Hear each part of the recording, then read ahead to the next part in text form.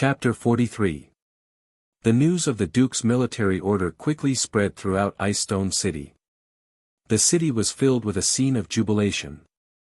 Everyone believed that as long as Marquis Garcia personally took action, then this battle of revenge would be a sure thing. Of course, saying it was a sure thing was already being modest. After all, ever since the Black Cavalry had officially formed an army, they had never tasted defeat. However, Colin wasn't very happy. Moreover, as the days went by, his worries grew deeper. Because Marquis Garcia didn't seem to have any plans to lead his troops north. Moreover, the private armies of the various lords of the northern frontier were continuously converging towards Ice Stone City, almost turning the entire city into a huge military camp. As more and more soldiers entered Ice Stone City, the confidence of the people in the city also grew. In their eyes, this should be the various lords responding to Marquis Garcia's call to gather their troops and cooperate with the Black Cavalry to attack the Sky Ice Plains. However, Colin, who knew the original text of the Duke's military order, wasn't so optimistic. Because he clearly remembered that Knight Bliss had personally told him that the Duke's order was for Marquis Garcia to lead the Black Cavalry to chase after the trolls, but never for him to gather the private armies of the various lords to attack together. Could it be that Marquis Garcia had lied about the Duke's military order? What was he planning to do by gathering so many troops?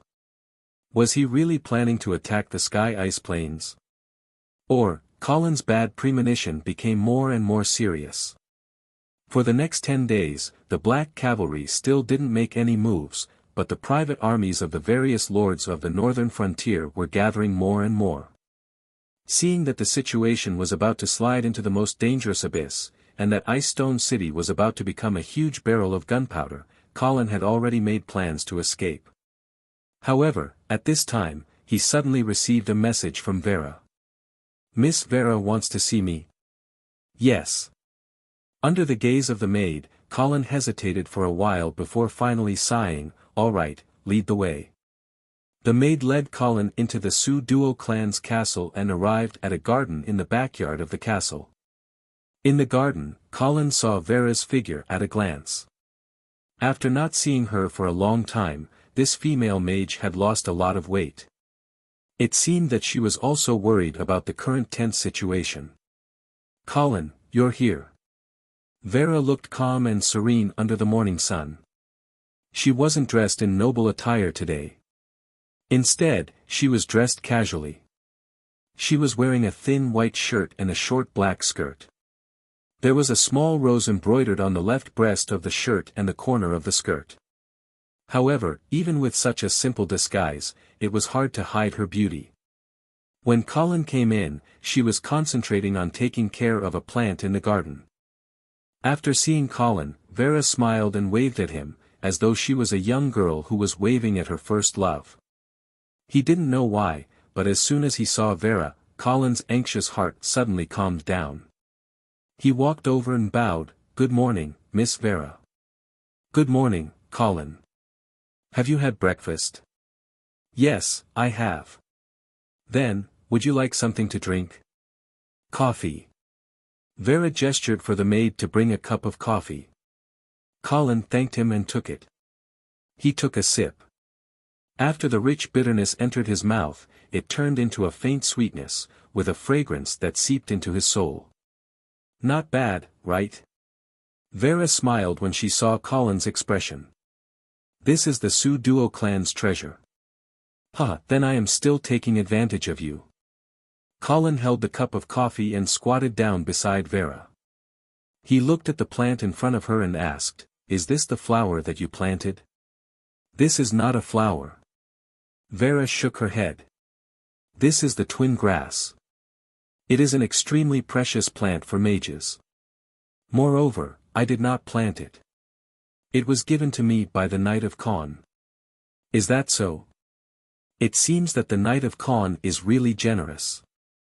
First, he gave her a cup of coffee, and then he gave her a precious plant.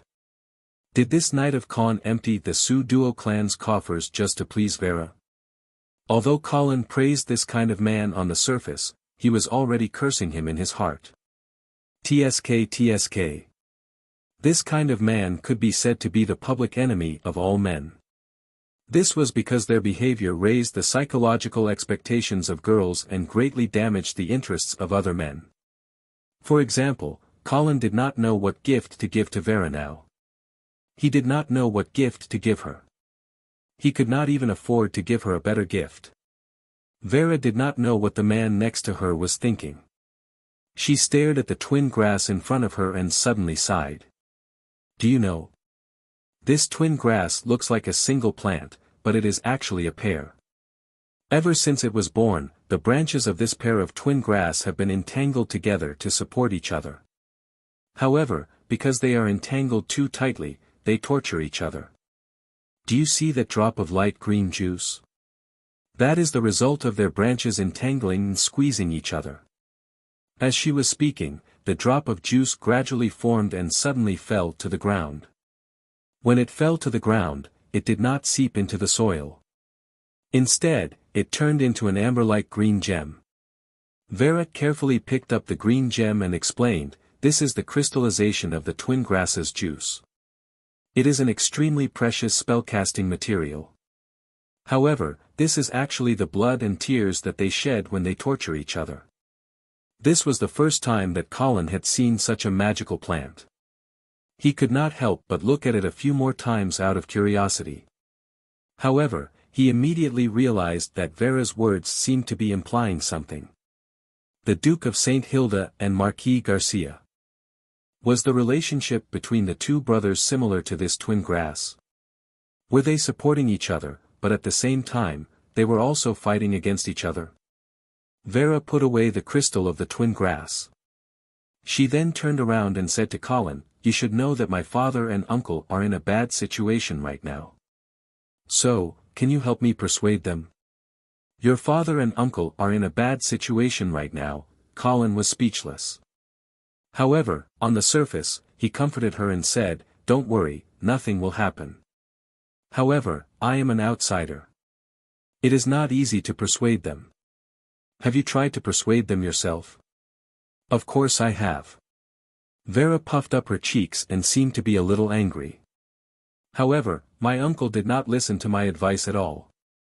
As for my father, I have already written 2 letters and sent them to Winter City. However, both letters have been ignored." Colin was silent. Vera was a little anxious. "Do you know? Recently, I have received news that the Golden Lion Legion has begun to assemble. It seems that they are planning to march towards Ice Stone City." Colin was shocked. The Golden Lion Legion was the direct army of the House of St. Hilda. If this army was also mobilized, did it not mean that the Duke of St. Hilda had already shown that he would not compromise and was even prepared to die together with them? "Colin, you are always able to come up with a solution in a desperate situation. This time, you must help me." In the face of Vera's gentle request, Colin could not say no at all. At this time, he finally understood what it meant to be a femme fatale. "Okay. I will go with you to see Marquis Garcia." "Thank you, Colin. Don't be happy too early. I can only try my best to persuade them. As for whether it will succeed, whether it succeeds or not, I will be grateful." Chapter 44. Is the Marquis not in the castle? Yes, the Marquis has gone to the outskirts of the city to hunt. Colin and Vera both failed to find the Marquis Garcia in the castle at the moment. "Then, can I trouble you to take us to see him?" "Of course, it would be my pleasure." In the face of Vera's request, the Marquis bodyguard certainly would not refuse. Therefore, Colin followed the Marquis bodyguard to the stable to get the horse while Vera went back to change into a set of clothes that was more convenient for riding a horse.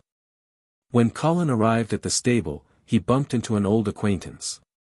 "Good morning, Knight Cynthia." Colin greeted her with a smile on his face, but in his heart, he was already cursing her as a crazy woman. Cynthia seemed to have just come back from outside and she was stunned when she saw Colin. She then asked him with an unhappy expression on her face, "What are you doing here?" "I am not here to look for you." Colin saw that this crazy woman was being so rude and he could not help but retort back. Cynthia glared at him and her right hand reached for the sword that was on her waist.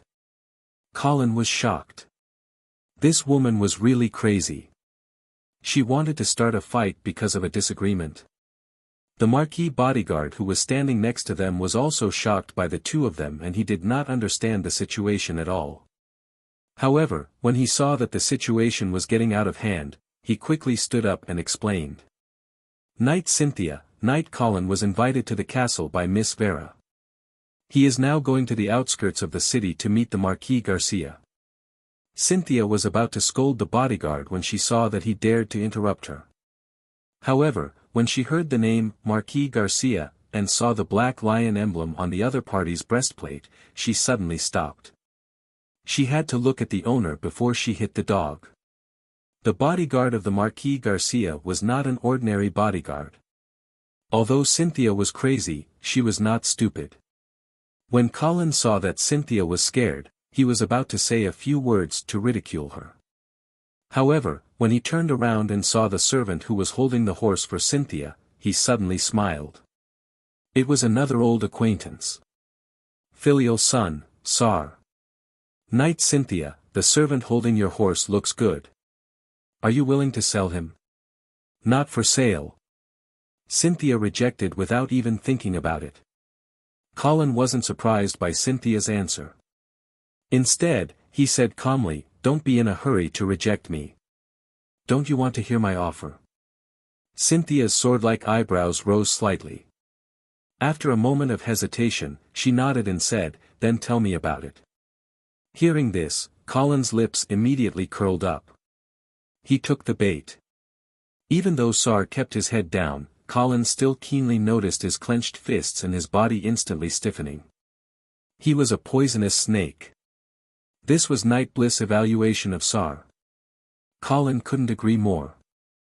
A person who could even betray his own father, what else couldn't he betray? Cynthia thought that if she protected Sar, Sar would be grateful. However, Colin was very clear that as long as Cynthia revealed the slightest intention of selling Sar to Colin, then the seed of hatred would be planted in Sar's heart. 10 gold coins. Colin said casually. Cynthia sneered, "Knight Colin, is your Angeli family already so poor? If you want to buy a servant at this price, I suggest you go to the slave market in the west of the city." To be honest, 10 gold coins was not a low price.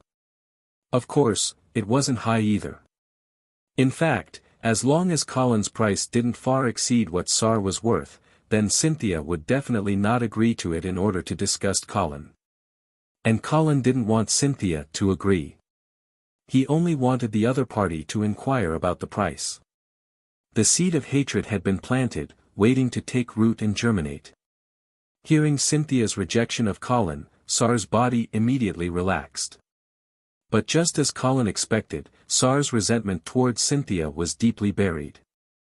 At this time, Sar suddenly remembered something his father once said, "Don't get too close to the nobles. We are cows and sheep, they are tigers and leopards. We eat grass, they eat meat, what they eat is our meat." Sar had always looked down on his father. He felt that he was too conservative, too timid, and didn't have enough initiative and adventurous spirit. But Sar agreed with the above words. These nobles had never treated the commoners as the same kind of creatures, and had never cared about their lives. However, Sar didn't completely agree with his father's words. In Sar's opinion, he wasn't destined to eat grass for the rest of his life. He also wanted to eat meat. Eat the nobles' meat.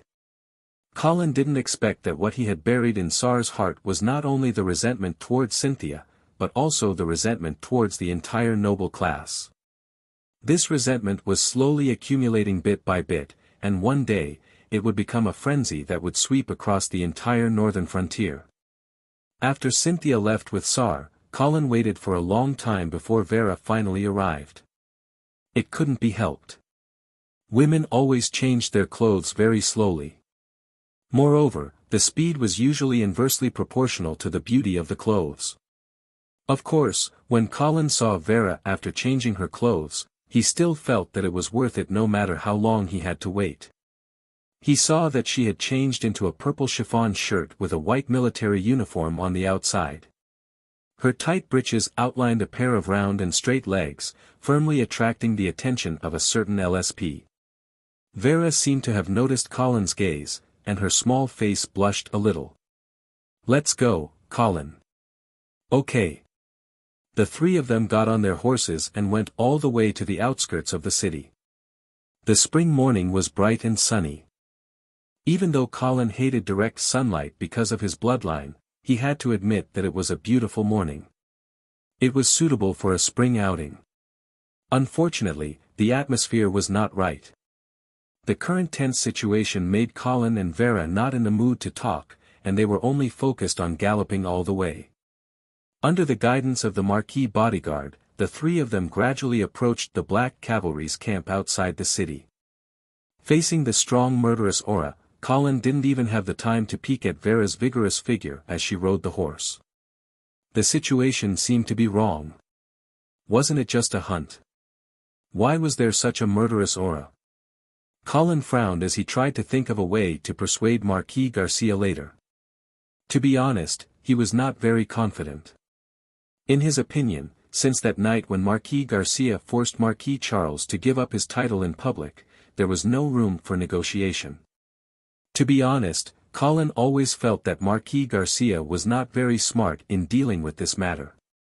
First, he pushed out Khan Sudwa to attract the firepower, and then in the name of smoothing things over, he was actually trying to get Marquis Garcia involved. He achieved his goal without leaving a trace, but he did not let himself get too involved in this whirlpool. The whole operation was very smooth, and he could advance and retreat freely. This was the quality and means that an old politician should have. And Marquis Garcia, this person who was the best in the northern frontier in terms of military talent, seemed to be a little naive. Just as Colin was thinking, the three of them arrived at the center of the Black Cavalry's camp and saw Marquis Garcia. "Uncle." "Marquis." Marquis Garcia nodded to the two of them, as if he was not surprised by their arrival. "Uncle, where are you going to hunt?" Vera looked at the Black Cavalry's army that was ready to go, and her heart was beating fast. At this time, Colin's mood had already sunk to the bottom. Although he had not started to persuade him, looking at the Black Cavalry, there was no way he could persuade him. They were ready to fight. In Colin's desperate eyes, Marquis Garcia raised his horsewhip and pointed to the north. "Sky Ice Field." "Sky. Sky Ice Field." "Yes." Marquis Garcia smiled and said affirmatively, "I am going to hunt in the Sky Ice Field." Vera was still in a daze, but Colin had already reacted. They had been deceived. The entire northern frontier had been deceived.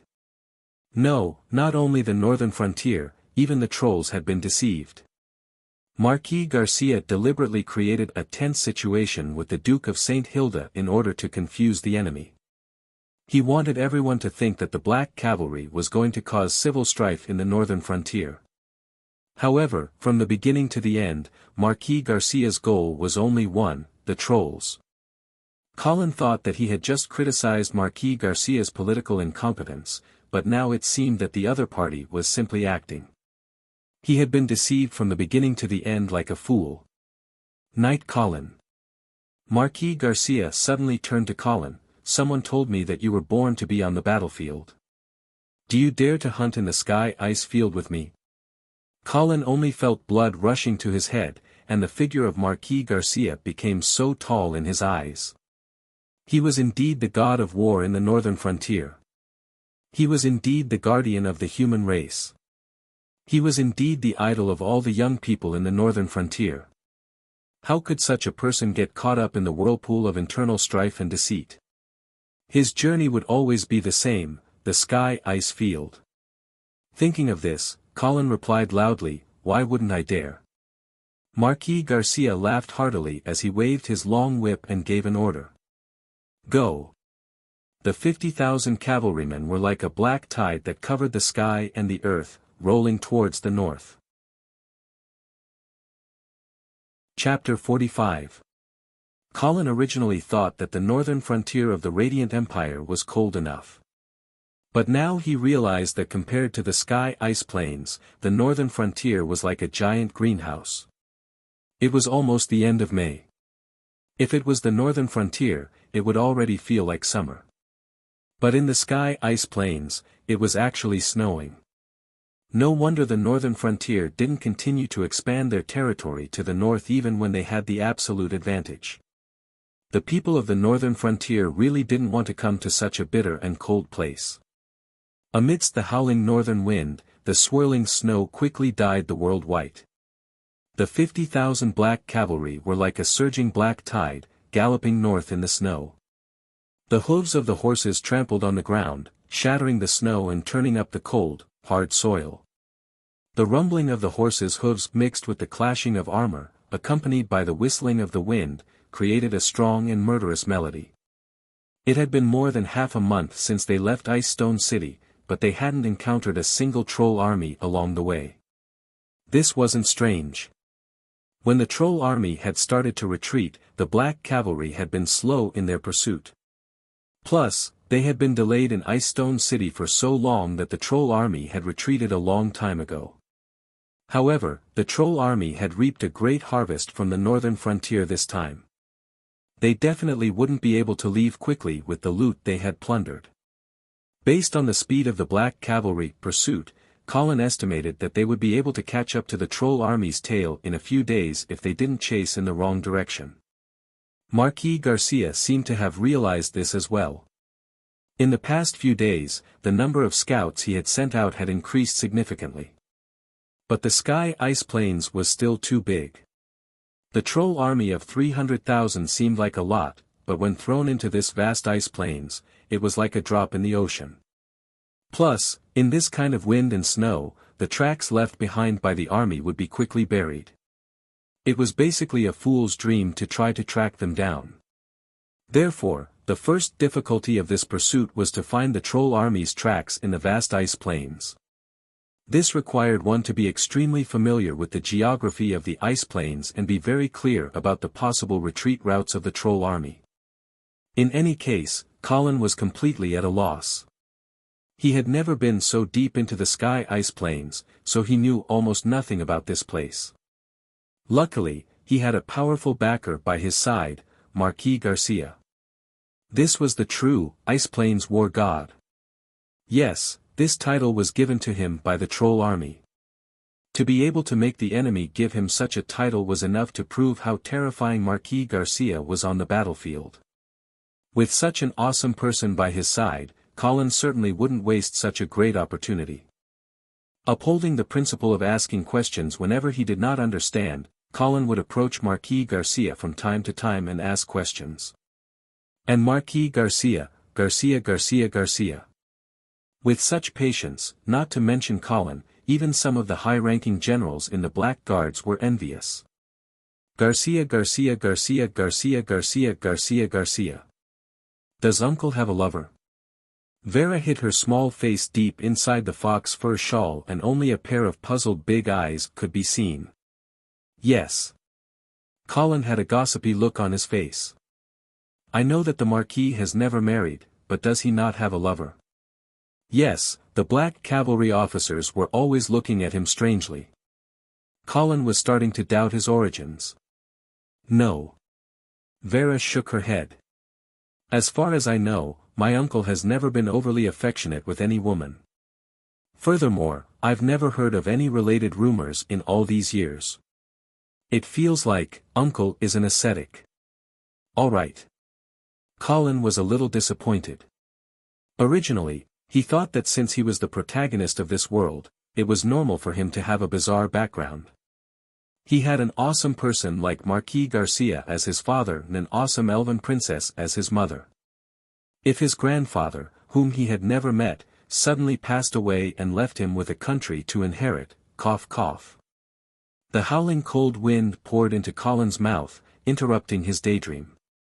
At this moment, he suddenly realized that Marquis Garcia had no children.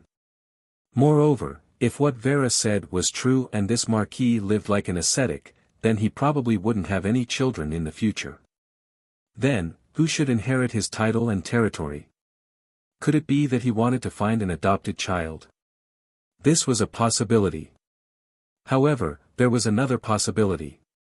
Colin suddenly realized that he might have guessed the basis of the trust between Marquis Garcia and the Duke of St. Hilda. Previously, he had been very puzzled. Why did these two brothers dare to put on such a show?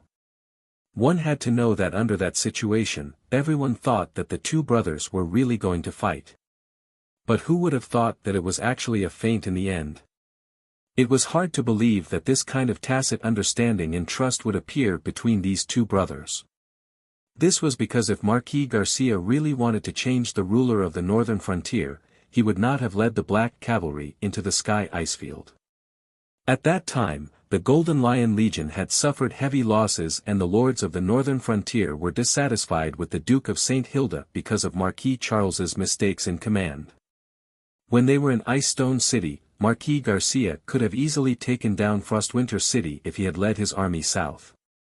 He had the ability to do so. Of course, the Duke of St. Hilda knew that his brother had the ability to do so. So, was he not afraid that his brother would make a false promise? Unless, Marquis Garcia had given him some kind of promise. Of course, this promise was definitely not a verbal one. It was a substantial promise that could not be broken. Perhaps Marquis Garcia had promised his brother to have no descendants. If there were no descendants to inherit the title, what was there to fight for? This, perhaps, was the basis of their mutual trust. Just as Colin was letting his imagination run wild, a scout suddenly sent back a message. They had discovered traces of the troll army ahead. They had finally caught up. Colin could clearly feel that the soldiers were instantly excited. These soldiers who had trekked thousands of miles in the wind and snow did not have the slightest bit of slack or cower. They only had a monstrous will to fight. This was the strongest army in the northern frontier, the Black Cavalry. However, Marquis Garcia's military order came, ordering the entire army to stop advancing and set up camp on the spot. This was normal. After all, it was impossible to rush forward as soon as they discovered traces of the enemy. That was not marching to war, that was called recklessness. A calm general would understand the situation of the enemy in detail before making further decisions. Colin followed Marquis Garcia for a few kilometers and came to the place where the scouts had discovered traces of the enemy. He carefully looked at the faint traces on the snow and judged, it seems that this should be the main force of the troll army, and it was only a day or two ago. Over this period of time, Colin had been influenced by what he saw and humbly asked for guidance. He had already mastered many tracking skills in the icy plains. Marquis Garcia nodded and agreed with Colin's judgment. He then asked, "Then, do you think we should continue chasing?" "Why not?" Colin was somewhat puzzled. Wasn't this the reason they had trekked thousands of miles in the cold? But Marquis Garcia shook his head. "No. This is not our goal." Chapter 46. When night fell, the snow finally stopped. But this didn't mean that the most difficult time had passed. In fact, it wasn't cold when it was snowing, but it was truly frightening after the snow. Under the orders of Marquis Garcia, the Black Cavalry set up camp and started a bonfire. If they didn't warm themselves up and eat something warm, this army would probably suffer non-combat casualties. Colin didn't squeeze into the tent, but instead huddled under the belly of the warhorse and warmed himself up by the fire. In fact, the inside of the tent wasn't much warmer than under the belly of the horse, and it was more comfortable to be alone. At least, no one would notice that he was drinking blood. The blood was fox blood, which he had saved from an unlucky snow fox he had caught. Of course, when Colin drank the blood, he also took out some hard jerky and took a few bites, so that no one would notice that he didn't eat normal food.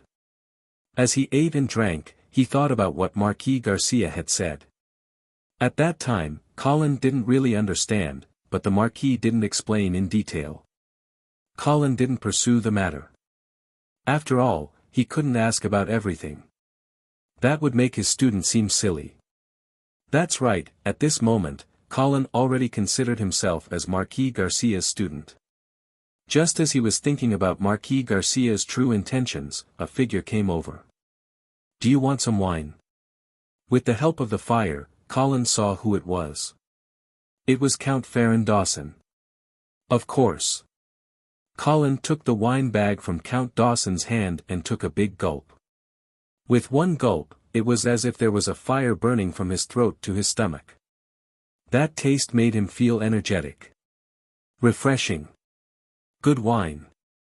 Count Dawson laughed loudly and said proudly, "Of course, we dwarves don't dare to say that our wine is the best in the empire, but it's definitely the most powerful. It's especially suitable to drink in this damned weather." Compared to the 5 major races in this world, the dwarves weren't considered a big power. They were scattered all over the Radiant Empire, and their total number was about 1 million. Because they weren't strong, the dwarves had always been hugging the thighs of the humans, and considered themselves as a vassal race. There were even some rumors that dwarves were actually a subspecies of humans. However, this statement did not receive much approval. This was because dwarves could not be baptized by the church's priests and become knights like humans. Moreover, knight was the exclusive profession of the human race. Although the dwarves had always claimed to believe in the god of light in order to better integrate into the human race, it was clear that the god of light did not bestow his glory upon the dwarves. As a result, the common warrior class became the only choice for the dwarves. This profession, which was naturally limited in potential, made it impossible for the dwarves to produce real powerhouses. Therefore, this was not a race known for their strength. However, they were good at forging and brewing wine. Especially forging, this skill made the dwarves very popular in the logistics department of the army. However, the military merits of the logistics department were definitely not comparable to those of the soldiers who fought on the front lines. Therefore, very few dwarves could rely on military merits to become nobles. Not to mention a great noble like the Count. Thus, this Count Dawson was particularly eye-catching. More importantly, his title was conferred by Marquis Garcia. Marquis Garcia's foundation was in the Black Cavalry, and his vassals were all high-ranking generals in the army. However, he had conferred the title of Count to a dwarf. Moreover, this was the only count he had conferred.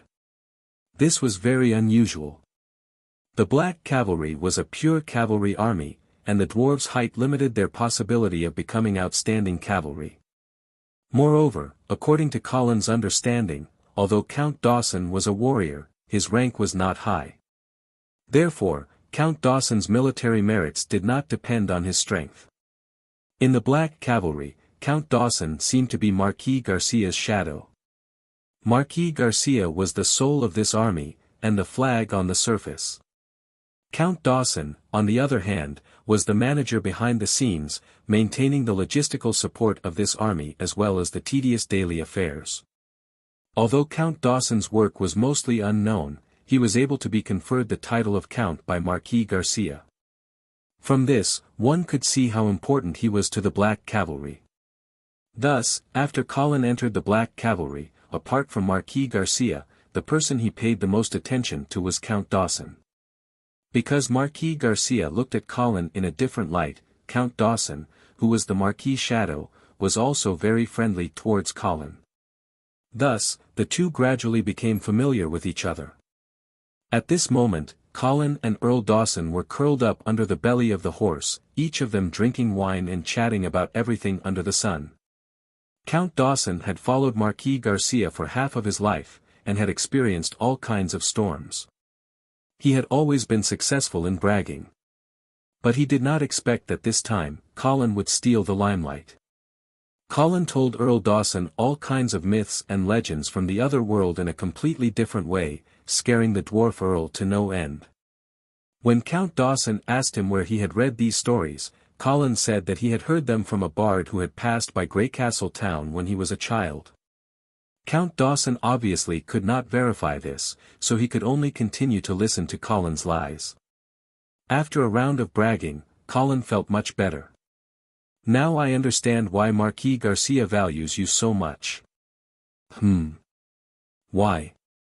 Because you can brag. Colin laughed heartily. He obviously knew that the other party was joking.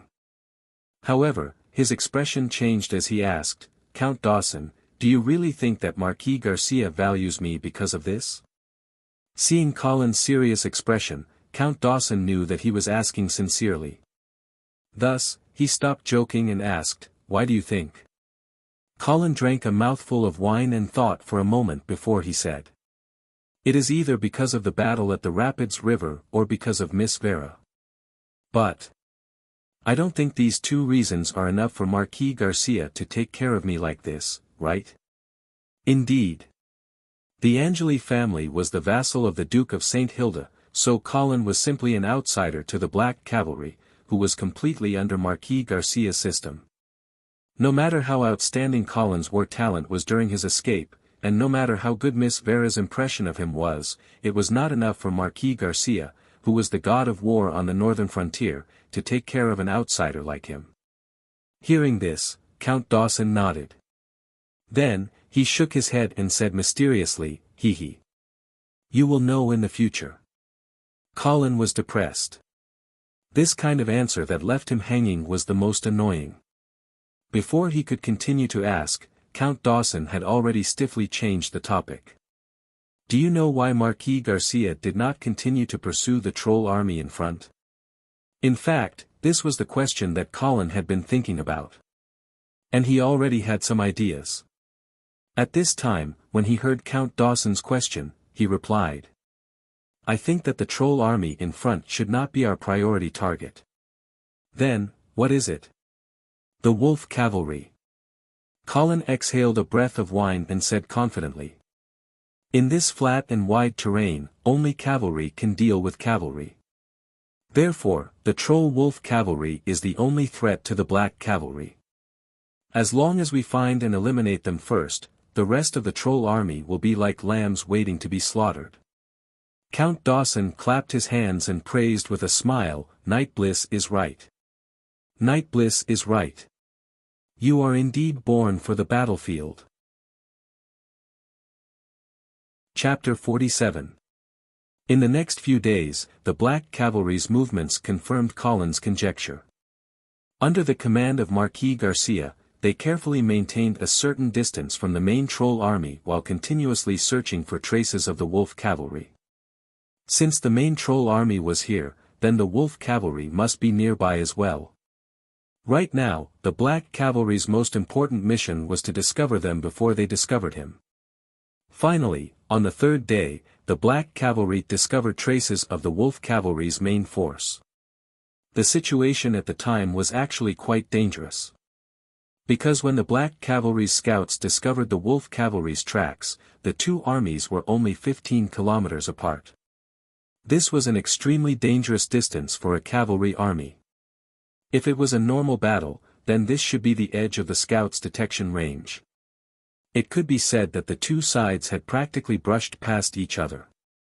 It was no wonder that the Wolf Cavalry was careless and didn't discover the Black Cavalry who was so close. Because they didn't even realize that there was a pursuing army behind them. This was the reason why Marquis Garcia had purposely put on a show earlier. The trolls were completely paralyzed. In their eyes, the Black Cavalry should still be in Icestone City right now and might have already started fighting with the Duke of St. Hilda's Golden Lion army. Even if the trolls really did have spies in Icestone City, they wouldn't be able to send the Black Cavalry's movements to the troll army in time. Because the fastest method of communication in this world was carrier pigeons. However, carrier pigeons could only find their way home based on magnetic field changes, so they could only be used to send messages to a fixed location. The troll army that was on the move definitely wouldn't be able to receive the carrier pigeons. The second fastest method of communication was the human flesh delivery on horseback. However, the Black Cavalry himself was a cavalry, so his speed wouldn't be slower than a messenger on horseback. Not to mention, they would also pay attention to the situation behind them and wouldn't let a messenger pass by so easily. Thus, Marquis Garcia had actually made use of the time difference in obtaining information to put on a show with his brother, and then relied on the amazing mobility of the black cavalry to catch the trolls off guard. However, even though the enemy was right in front of him and was defenseless, Marquis Garcia did not immediately launch an attack. Instead, he ordered the army to follow the path taken by the wolf cavalry and chase after them. As an excellent general, patience was one of the basic qualities that one must have. After that, the two sides maintained a distance of 30 to 40 miles until night fell. The wolf cavalry stopped setting up camp to rest, and the black cavalry also stopped advancing at the same time. The north wind whistled, and snow began to fall. This made it easier for the black cavalry to hide their tracks. That night, no fire was allowed in the black cavalry's camp. Without a bonfire, Colin was finally unable to withstand the cold wind outside and entered Count Dawson's tent. Count Dawson was very enthusiastic, and he once again took out a bottle of liquor and chatted with Colin as they drank. Perhaps it was because the enemy was right in front of them, but the atmosphere in the camp was a little tense and anxious. Of course, this did not mean that the soldiers of the black cavalry were afraid. This kind of tension was a natural reaction, and it meant that the soldiers were already vigilant. On the other hand, their impatience represented their impatience to start a massacre. Such a victorious army had completely eliminated the fear of battle from their bodies. Count Dawson and Colin did not talk for too long that night. They also knew that the battle was imminent, and in order to preserve their energy, they went to bed early. Although it was the Count's tent, there were still 7 or 8 people squeezed inside. These were all the Count's squires. In order to maintain mobility, the black cavalry would definitely bring as few tents as possible. Even the Count could only squeeze with his squires for the time being. In the entire army, only Marquis Garcia and Miss Vera were qualified to have their own tents. Colin did not dare to squeeze into their tents. Although he really wanted to squeeze into the latter's tent, in fact, Count Dawson's tent was already very big. Those ordinary soldiers' tents could even squeeze 20 to 30 men. With so many men squeezed into one tent, it was inevitable that the smell would be a little pungent, and the sound of snoring would come one after another. However, Colin, who had been trekking for an entire day and was almost freezing, did not care about these things. He almost fell asleep immediately. However, before he could sleep enough, he was woken up by Count Dawson. "What's the matter?" When Colin woke up, he realized that it was only past midnight. He was a little upset. Marquis's military order. In 1 hourglass, the entire army will set off.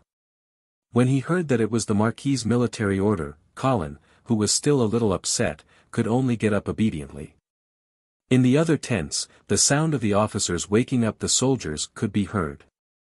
However, these officers were not as gentle as they used their feet to wake up the soldiers. "Bastard!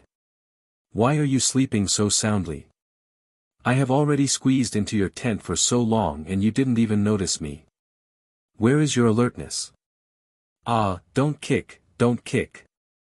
I will get up now." After a short period of chaos, the black cavalry quickly gathered and followed the trail of the wolf cavalry. "Are you preparing for a night attack?" Colin moved to Count Dawson's side and asked softly. "Night attack?" Count Dawson looked at Colin with a strange look in his eyes. He then realized that the other party was still young and did not have much experience in leading troops. Therefore, he patiently explained the situation to Colin. After listening to Count Dawson's explanation, Colin finally realized that he had been deceived by those unscrupulous novels. Don't look at the plot of attacking a camp in the middle of the night in novels. In reality, very few generals dared to do so. Even if there was really a night attack, it would generally be a small-scale attack. A large army would never fight at night. The reason was simple: the risk of fighting at night was too great. Borrowing the darkness of the night could indeed catch the enemy off guard, but it was also very easy for one's own side to fall into chaos due to improper military orders. If one was not careful, both sides would suffer. For cavalry, a night battle was even more impossible. This was because the darkness of the night restricted the warhorses even more. Let's talk about the terrain. Although the Sky Ice Plains was a large plain with flat terrain, it was a flat terrain. No matter how flat the terrain was, it was inevitable that there would be some ups and downs, and there would be many potholes. These small ditches were not a problem during the day, and the warhorses could easily gallop through them. However, at night, they were extremely dangerous. If one was not careful and the horse's hooves were to be injured, then the joke would be huge. Therefore, for a cavalry army, it was still possible to hold torches or use the moonlight to slowly march. However, if they wanted to charge into battle, then their brains would be muddled. Marquis Garcia naturally would not make such a low-level mistake. Therefore, at this moment, his orders were only for the black cavalry to use the darkness of the night to carefully approach the wolf cavalry camp, and not to attack in the darkness. It was no wonder that Colin did not understand this. Although he had followed his father Baron Angeli to the battlefield, the Angeli family's army did not have organized cavalry. Cavalry was an expensive troop type, and normal nobles could not afford to raise them. Therefore, he knew very little about cavalry warfare. Under the bright moonlight, the black cavalry approached the enemy step by step. The spare horses and supplies were left in place, and the hooves of the warhorses were also wrapped in cloth. The whole process of the march was not completely silent, but it could definitely be considered secretive and quiet. It was as if he was an experienced hunter quietly approaching his prey. The moment the prey noticed, perhaps the arrow would have already been shot in front of him. After an unknown amount of time, Colin finally saw the dots of light in the distance. It was the bonfire of the troll camp that had not been extinguished. Colin took a deep breath and held the long sword in his hand tightly. At this moment, the Marquis military order came again. All troops, rest and reorganize. At this moment, it was the darkest time before dawn. The whole black cavalry was completely hidden in the darkness, quietly waiting for the moment when the sun rose. The moment when the slaughter began. Chapter 48. When the first ray of sunlight shone on the ice plains, the snow suddenly stopped. Colin, who was dozing off, felt someone nudging him. "What's the matter? Are we going to fight?" Colin instantly woke up. Yes. Count Dawson, who was beside him, had a resolute expression as he looked forward. At the same time, the messenger ran back and forth in the army formation, passing on the Marquis orders. "Everyone, get on your horses and prepare for battle." Following this order, the black cavalry gradually woke up. The soldiers began to check their armor, horse gear, and weapons.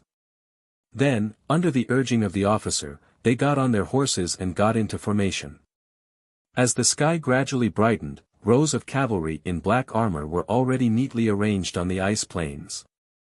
The aura of slaughter began to spread in the army formation. Faint traces of blood slowly appeared in each and every pair of eyes. All the exhaustion and coldness disappeared without a trace at this moment. All that was left was surging hot blood and unconcealable tyranny. Colin, who was in the middle of it, could not help but be infected by this atmosphere. His breathing gradually became heavy, and his rationality gradually faded. A primitive and bloody impulse that was rooted in the blood of all living creatures began to flourish. At this moment, he suddenly understood what a real army of tigers and wolves was, an invincible army. On the other hand, the troll camp was still as quiet as before. They simply did not know that the scythe of the Grim Reaper had quietly descended and was almost at their necks. Among the black guards, everyone's gaze turned to where the Black Lion flag was. They looked at the figure of the man under the flag. Like countless times in the past, there was no stirring speech before the battle. Marquis Garcia slowly pulled out the sword at his waist, raised it high above his head, and pointed it forward abruptly. In an instant, the low sound of a bugle horn sounded. Woo! The army began to surge forward. First, they slowly jogged, then gradually increased their speed. Finally, at a suitable distance, they entered the state of galloping and charging. As the most elite cavalry in the northern frontier, the Black Cavalry could be said to be the Black Cavalry's most elite cavalry. This kind of battle rhythm was completely integrated into the blood of every Black Cavalry soldier. They did not even need to be commanded by their generals. The rumbling of horse hooves reverberated across the icy plains, finally becoming the only sound in the world. At this time, the giant demon was finally alarmed. However, most of the trolls hadn't even woken up from their slumber. Even if they had woken up, they hadn't had time to eat breakfast, let alone weapons and armor. Countless trolls ran out of their tents in a panic, shouting and asking their equally confused companions what had happened. The commander of the Wolf Cavalry, General Quake, also woke up from his dream and immediately realized that something was wrong. Just as he raised his saber and rushed out of the tent, he saw a guard rush over with a panicked expression. "General, it's not good. The enemy is coming." Quake kicked the guard over, then jumped onto the back of his wolf mount and looked in the direction of the sound. Then, his eyes instantly widened to the extreme, as if they were about to split open. Because he realized that cavalry, a lot of cavalry, were charging towards them. Quake's first reaction was that it was impossible. He had led troops in battle for so many years, but he had never let so many cavalrymen get so close to him before he realized it. Such a strange thing almost subverted his understanding of the world. But in the next moment, Quake threw all of his inconceivable thoughts aside. Because he had already seen the Black Lion flag fluttering in the wind. Black Cavalry. In an instant, all the blood in Quake's body froze. He suddenly calmed down. It was as if at this moment, the leader of the Wolf Cavalry had foreseen his inescapable fate. The light in his eyes completely disappeared, leaving only a deep, deathly stillness.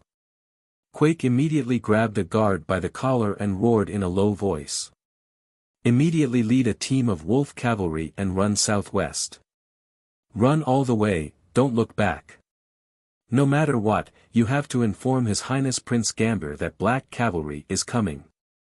Then General, the guard was still hesitating, but Quake had already pushed him far away. Get out of here, get out of here." After that, Quake pulled out his scimitar and rushed in the direction of the Black Guards without hesitation. The desolate sound of a horn finally rang out from the troll camp. As the most elite warriors of the troll race, these Wolf Cavalry were caught off guard, but under Quake's leadership, they quickly organized themselves and prepared for the upcoming battle. But it was still too late. The Wolf Cavalry didn't even have time to speed up before they discovered that Black Cavalry's vanguard had already crossed the short distance and rushed in front of them.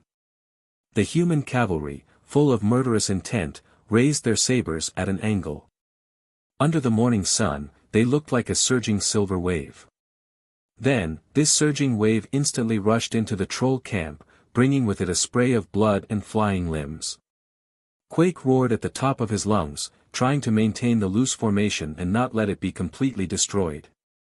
At the same time, he gathered a group of Wolf Cavalry and turned around to run away from Black Cavalry. This wasn't an escape. The moment he saw the Black Lion flag, Quake was prepared to die in battle. Quake didn't feel humiliated to die at the hands of Marquis Garcia. Instead, he felt honored. But he still had some regrets. Because he felt that he wasn't ready. Even if he lost, he still hoped to make the most powerful attack and let Marquis Garcia know how powerful he was. He understood that the most important thing in a cavalry battle was speed. And speed required distance. So, he planned to lead his troops in the opposite direction. After a certain distance, he would wait for an opportunity to counterattack. This was indeed the wisest move. But unfortunately, Black Cavalry wouldn't give him this opportunity. In this battle, the Troll Wolf Cavalry was destined to be extremely aggrieved. They actually had more people than the Black Cavalry, but they had already lost the initiative. The flag in Quake's hand and the conspicuous armor on his body were quickly targeted by the Black Cavalry. Quake's running speed wasn't slow, but in front of the black cavalry who had already entered a state of rapid charge, he was still frighteningly slow. A team of black cavalry arrived in the blink of an eye and surrounded Quake. The surging saber light whistled. There was no such thing as a fair duel. This was a battlefield of life and death, and there was no room for chivalry here. As a fifth-grade warrior, Quake could be considered a famous expert among the trolls. But no matter how powerful an expert was, he couldn't withstand the siege of an army. What's more, there were many high-level knights among the black cavalry. After creating a terrifying record of killing hundreds of people, the leader of the wolf cavalry was finally beheaded by a human knight. With Quake's flag broken, the troll wolf cavalry completely collapsed. The black cavalry passed through the field, leaving behind a ground full of corpses and flowing blood. This was a complete massacre. Chapter 49. The setting sun was as red as blood. The slaughter that had lasted for an entire day finally subsided. This Wolf Rider camp had become a graveyard in the truest sense of the word. Dense black dots hovered in the sky. They were vultures that had been attracted by the smell of blood. Wherever there was death, there would be their shadows. Of course, the black cavalry also had casualties. However, the corpses of these soldiers could not be left in the wild to be ravaged by wild beasts like the trolls. Instead, they were gathered together and burned. When he saw the corpse of a high-ranking knight being consumed by fire, Colin's heart ached. What a waste! However, no matter how much Colin drooled, he did not dare to desecrate the corpse of his fellow soldiers in front of the black cavalry. Unwilling to give up, he even went to find Count Dawson and requested to bury these dead soldiers. Count Dawson rolled his eyes and said, "Why don't you try digging a hole in this ice field?" Colin really did try. He was half dead from exhaustion. The frozen ground here was too hard to dig. No wonder the black cavalry chose to cremate them. Helpless, Colin could not continue to pester him and could only give up. After cleaning up the battlefield, the results of this battle were estimated.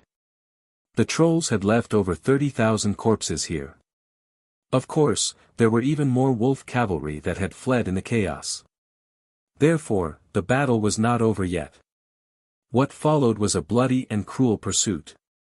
The trolls' commander's tent had now become the black cavalry's temporary command post. Marquis Garcia expressionlessly gave out battle orders. Under his command, the black cavalry was like a precise mechanical octopus. It stretched out its tentacles and tightly wrapped around the wolf cavalry that were trying to escape until they were all strangled to death. Colin hid in a corner, carefully observing and learning. This was a rare opportunity. Although he did not understand why Marquis Garcia would allow him, an outsider who did not belong to the black cavalry, to observe and learn without restraint, Colin did not feel embarrassed. Not everyone had the opportunity to learn the art of war from the world's most outstanding general. Finally, the military order was issued. The black cavalry officers walked out of their tents in silence. There were no questions or objections. This army was used to obeying Marquis Garcia's orders. Because as long as they were absolutely obedient, they could win one victory after another. It worked every time. This was how prestige was built. When a commander could lead his men to victory after victory, he would be a god in the hearts of his soldiers. In fact, this was the reason why famous generals were always suspected by monarchs. In a special group like the army, everything was based on victory. Even if he was a monarch in name, if he could not lead his soldiers to victory, then his orders would not be carried out. The reason was very simple. These soldiers did not understand politics, nor did they understand loyalty. However, they understood a simple principle: people would die if they lost a battle. Moreover, it was very likely that he would be the one dying. Therefore, in order to survive, they had to win. If they could win the rebellion, they would not hesitate to follow their commander and rebel. Colin adjusted his armor and stretched his muscles. Of course, he did not receive any military orders. After all, he was an outsider. In addition to him, there was actually another outsider here, Vera. The female mage was already dozing off. Her head was nodding off, and she looked very cute. However, it was not her fault. After all, she was woken up in the middle of the night last night. Today, she had been fighting for the whole day. She did not understand much of the military meeting just now. Therefore, it was inevitable that she would start to doze off. Hey, wake up. Colin leaned over and nudged Vera with his elbow. Ah. What's wrong? Vera raised her head in confusion. When she saw Colin's mischievous smile, she suddenly blushed. Marquis Garcia was still discussing something with Count Dawson in a low voice. It seemed that he did not notice the small movements of the two outsiders. Is this battle over? Vera glanced at her uncle. When she saw that he was not paying attention to her, she was secretly relieved. It's not completely over yet. Next, we have to chase after the defeated wolf riders. We cannot let them regroup, and we cannot let them join up with the troll army in the southwest. Oh. Vera frowned slightly, but soon the expression on her face became firm again. She did not complain at all. To be honest, this adopted daughter of the Duke was indeed very determined. She was not spoiled at all. The physical body of a mage was weak, but she still insisted on not falling behind. It was indeed commendable. Vera. Marquis Garcia looked at her and said softly, later, you will follow Count Dawson and stay behind to clean up the battlefield. I will lead the army and continue to chase after them. Okay. Vera understood that her uncle was being considerate of her. Therefore, she obediently agreed. After that, Marquis Garcia looked at Colin and said, Knight Colin, do you want to follow me or Count Dawson? Colin immediately straightened his chest and said, I am willing to follow you. Although it would be safer for him to stay behind, and he could also cultivate a relationship with Vera, Colin knew what was important and what was important. How could he give up such a good opportunity to learn? At this time, Marquis Garcia was more attractive than Vera. Okay. Marquis Garcia nodded and strode out of the tent. Colin quickly followed behind him. Even though the Black Guards had set up an inescapable net to prevent the remnants of the Wolf Riders from joining the main troll army, it was impossible for no one to escape on this icy plain that stretched in all directions. Most of the remaining Wolf Riders were purposely driven away in the opposite direction by the Black Knights. However, there were still a few Wolf Riders that managed to break through the Black Knights' encirclement and regroup with the main troll army. Therefore, the news of the defeat finally reached here. In the commander's tent, the atmosphere was oppressive and dignified. The tall troll sitting on the main seat looked a little absent-minded at this time. His name was Gombik Woken. He was the southern prince of the Troll Empire. The trolls' ruling system was very similar to that of humans. In fact, this was the result of their efforts to learn and imitate the Empire of Light after being repeatedly defeated. The highest ruler was the Troll Emperor, Modolf Woken. Under him were the four princes of the East, South, West, and North. Their status was similar to the Duke of the Four Territories of the Empire of Light. Among the four princes, the southern prince was the most powerful in terms of prestige and strength.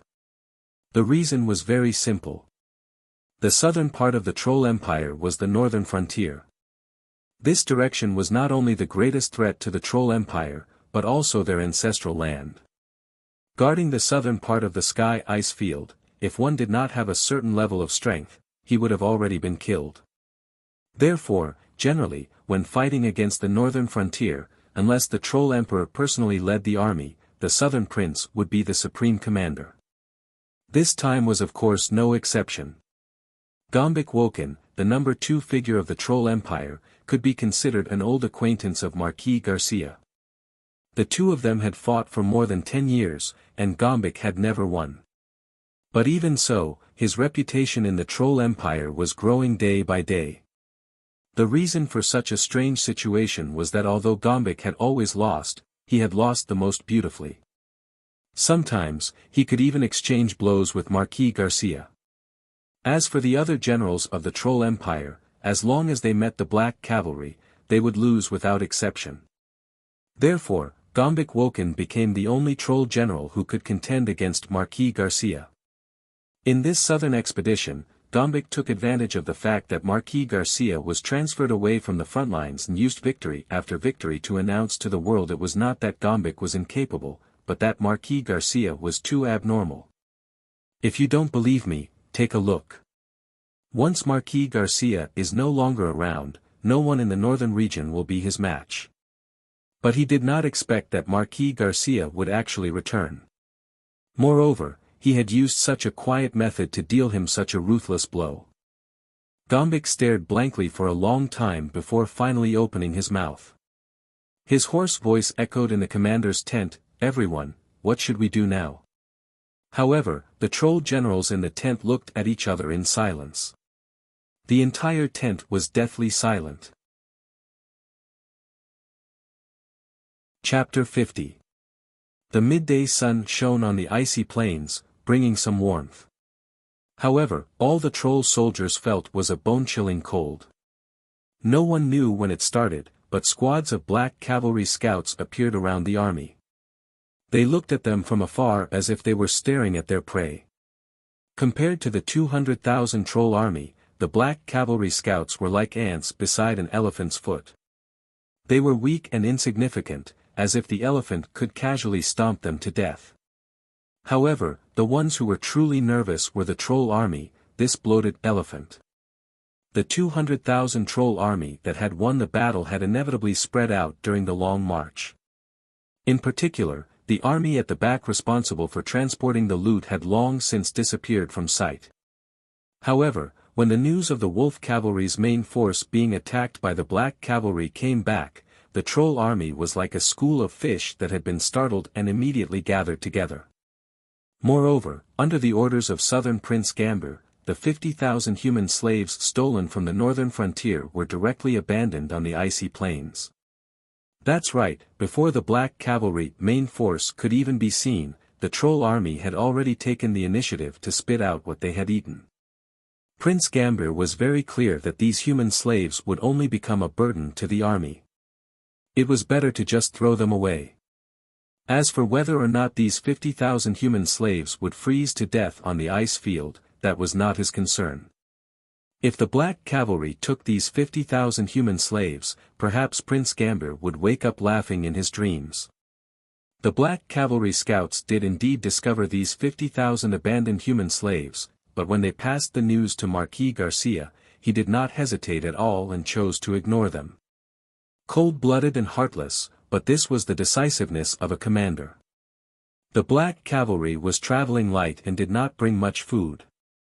If they took these human slaves, everyone would starve to death on the icy plains. At this moment, the black cavalry did not have the time to pay attention to the troll army. They were still chasing after the remnants of the defeated wolf cavalry. Marquis Garcia's strategy was very clear. He wanted to first completely annihilate the wolf cavalry and destroy the enemy's only means of resistance. Then, he would slowly bleed the troll army. The pursuit of the wolf cavalry lasted for 5 days and 5 nights. According to the black cavalry's preliminary calculations, including the attack on the camp, close to 70,000 wolf cavalry had been killed. Yes, there were only kills, no prisoners. When Marquis Garcia learned that the troll army had abandoned the human slaves, he gave the order not to take any troll prisoners. At this point, the wolf cavalry had completely lost the ability to fight, and the remaining few deserters were no longer a threat. Marquis Garcia also began to gather the black guards. After a short rest, he began to approach the location of the troll army. The final stage of this battle had officially begun. The troll army that was slowly advancing suddenly realized that the sentries of the black cavalry that had been following them around like gangrene had suddenly vanished without a trace.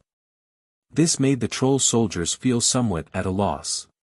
However, Prince Kambik immediately became nervous, because he understood that the disappearance of the sentinels could only mean one thing. The Black Cavalry's main force had arrived. As expected, the snow on the icy plains suddenly began to tremble, and the sound of hooves could be faintly heard. The Troll's soldiers looked around them and were shocked to discover that the cavalry units of the Black Cavalry were attacking them from all directions. Woo! The sound of a horn immediately sounded, and after a brief moment of chaos, the Troll army began to get into formation to meet the enemy. However, panic still spread uncontrollably through the Troll army. Even though they had the advantage in numbers. That black lion flag seemed to have some sort of soul-stirring magic. Every time it appeared in the sky above the icy plains, it would give the Trolls a great sense of pressure. The Black Cavalry came very quickly. Accompanied by the thunderous sound of hooves, a dozen cavalry units surrounded the Troll army from all directions. Each unit of Black Cavalry had around 1,000 people, and there were less than 20,000 in total. Compared to the 200,000 Troll army, they were like ants trying to shake a tree. However, looking at the aggressive manner in which the Black Cavalry units surrounded them, it was as if they were the rulers of this battlefield. When they got close, the Black Cavalry units immediately changed directions and swept past the Troll army's flank. They knocked arrows on their bows, and then the buzzing of bowstrings filled the air. The black rain of arrows was like a swarm of locusts that covered the sky, surging toward the Troll army. Don't panic. Raise your shields. Raise your shields. Archers, get ready. Spearmen, get ready. Don't move. Don't retreat. Maintain formation. The sounds of military orders rang out continuously in the Troll army, instantly drowning out the thunderous sound of hooves. Arrows rained down like a torrential rain, clanging against the shields. However, there were also the sounds of arrows piercing flesh. Large swathes of Troll soldiers fell to the ground, their cries echoing through the army. There was no mercy, no hesitation. The Black Cavalry used the crudest and cruelest method to cleanly kick off the prelude to this battle. The Troll army had already shrunk into a round turtle shell, and the Black Cavalry units were like tangents to this circle. They galloped past the Troll army's flank, constantly firing arrows like a torrential rain. When the 20,000 cavalry passed by, a clear line was drawn through the Troll army. It was like a wheat field blown by a gale, leaving behind countless corpses and wailing wounded. However, the Troll army was not without counterattack. The archers and spearmen in the army calmed down after enduring the first wave of attacks. Under the command of their officers, they began to fire arrows and spears at the Black Cavalry. For a moment, arrows and spears flew back and forth in the air, constantly reaping the lives of humans and trolls. However, the Black Cavalry still had the absolute advantage in mobility. They spread out in the midst of the Troll army's counterattack, pulling apart the distance and circling the Troll army like a pack of wolves. Once they discovered an opening, they would immediately charge forward to tear it apart. Before the Troll army could react and organize a defense or counterattack, they would use the advantage of their warhorses to quickly flee, not giving the Troll army a chance to counterattack. This textbook cavalry harassment battle lasted for an entire morning. Only after the 10-odd Black Cavalry units had retreated did the Trolls finally catch their breath. In truth, this attack didn't cause too many casualties to the massive Troll army. However, this immense psychological pressure caused every Troll to be mentally and physically exhausted. The moment the Black Cavalry left, they immediately set up camp, starting a fire to cook and licking their wounds. However, before they could even take an afternoon nap after eating, the Trolls were shocked to discover that the Black Cavalry had once again appeared all around them. It was almost a repeat of the morning. The Black Cavalry had once again split into 10-odd cavalry units, each about 1,000 men, and charged at the Troll army once more. The Troll generals who were familiar with the Black Cavalry's organization also keenly noticed that the group of Black Cavalry in the afternoon was clearly not the same as the one in the morning. This was a war of attrition. Chapter 51. The northern winds howled, and snow once again fell from the sky icefield. However, no matter how heavy the snow was, it could not stop the battle from continuing. It had been 9 days since the Black Guards caught up and began to attack the tortoise shell of the Troll army from all directions. For 9 days, the 50,000 Black Cavalry were split into 3 groups, taking turns to attack the Troll army. In these 9 days, the Troll army had only advanced 50 kilometers. At this rate, there was no telling how long it would take for the Troll army to return to their settlement in the northern half of the Sky Ice Plains. Moreover, they had already left behind 30,000 troll corpses in this short 50 kilometers journey. Perhaps this number of casualties was not a serious blow to an army of over 200,000. However, this pressure of not being able to escape was destroying the Troll army's weak nerves day by day, pushing them to the edge of a cliff. The Troll army's formation also began to reveal more and more flaws under this constant attack. However, the Black Cavalry still did not launch an all-out attack. They were like seasoned and cruel hunters, constantly leaving small wounds on their prey, watching it bleed, struggle, and grow weaker by the day. Marquis Garcia was very patient. Colin was also very patient. In fact, Colin even hoped that the Troll army could hold on for a while longer. This was because he had learned a lot about cavalry warfare from following Marquis Garcia. This was not something that could be learned from military books or novels. It was also not something that the Angeli family's military education could compare to. In Colin's memory, the family's military education was almost all about infantry warfare. There was no helping it, the Angeli family could not afford cavalry. But now, after witnessing the terrifying might of the Black Cavalry, Colin could not help but want to sell everything he had to create a cavalry of his own. Once this thought was born, it was deeply rooted in Colin's mind and could not be dismissed. In order to better experience cavalry warfare, Colin had personally participated in several Black Cavalry attacks after receiving permission from Marquis Garcia. Although he didn't have a detailed count, Colin estimated that he had killed around 30 to 40 troll soldiers. He did not care about this bit of military merit. After all, Marquis Garcia was not his master. No matter how well he performed, he would not be rewarded by Marquis Garcia. However, Colin felt that what he had learned from Marquis Garcia was actually more valuable than money, territory, or even a noble title. He didn't even understand why this Marquis was treating him so favorably. However, he would not let go of this excellent learning opportunity. Lord Marquis, can the scale of each cavalry unit be a bit larger during the assault? As a matter of fact, Colin found the right opportunity and began to ask for guidance. Marquis Garcia had long been accustomed to this. The key to determining the scale of a cavalry battle is to grasp the balance between mobility and offense. If the scale of a cavalry unit is too small, their mobility will naturally be excellent, but their offense will be weak. However, it is not always better to send a larger cavalry unit. Once the cavalry exceeds 10,000, the commander will have to be especially careful. Military orders cannot be complicated, and cannot be changed too much. This is because changing military orders on the spot will cause chaos. Therefore, a cavalry unit is usually controlled at a scale of 1,000 to 3,000. Mobility and offense can be considered to be well balanced. As for the specific deployment, it will be decided on the spot based on the target of the battle, the state of the enemy, and other factors. Colin kept nodding as he listened. It was now close to noon, and the Black Cavalry soldiers who had gone out to attack in the morning had returned to camp one after another. However, Colin was still keenly aware that the attack in the morning had ended a little early. Originally, he did not pay too much attention to it.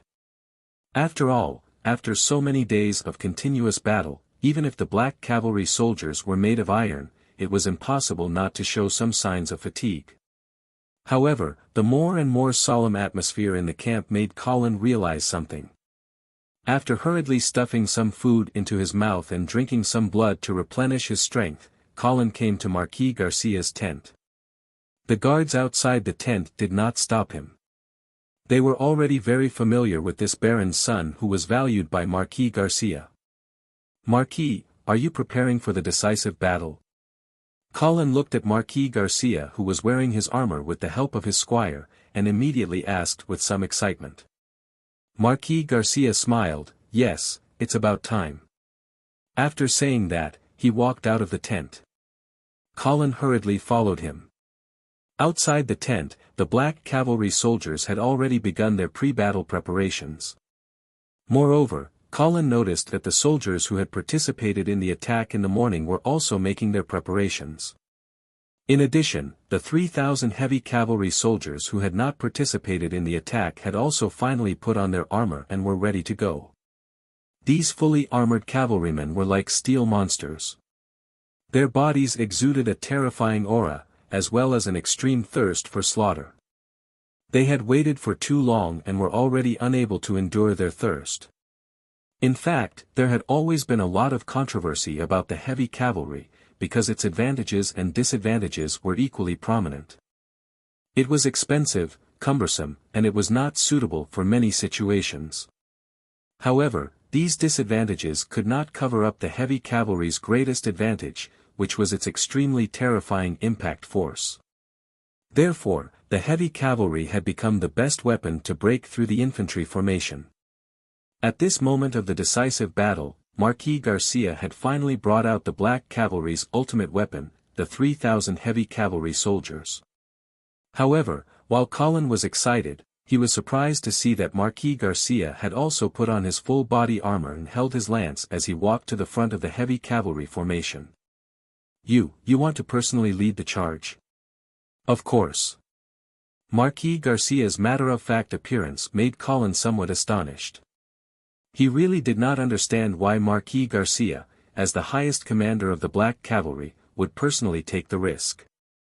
It must be known that the heavy cavalry charging at the infantry formation, under the cover of their terrifying attack power, had a terrifying casualty rate that could not be ignored. Count Dawson smiled as he said to Colin, "Every time the heavy cavalry attack, the Marquis personally leads it."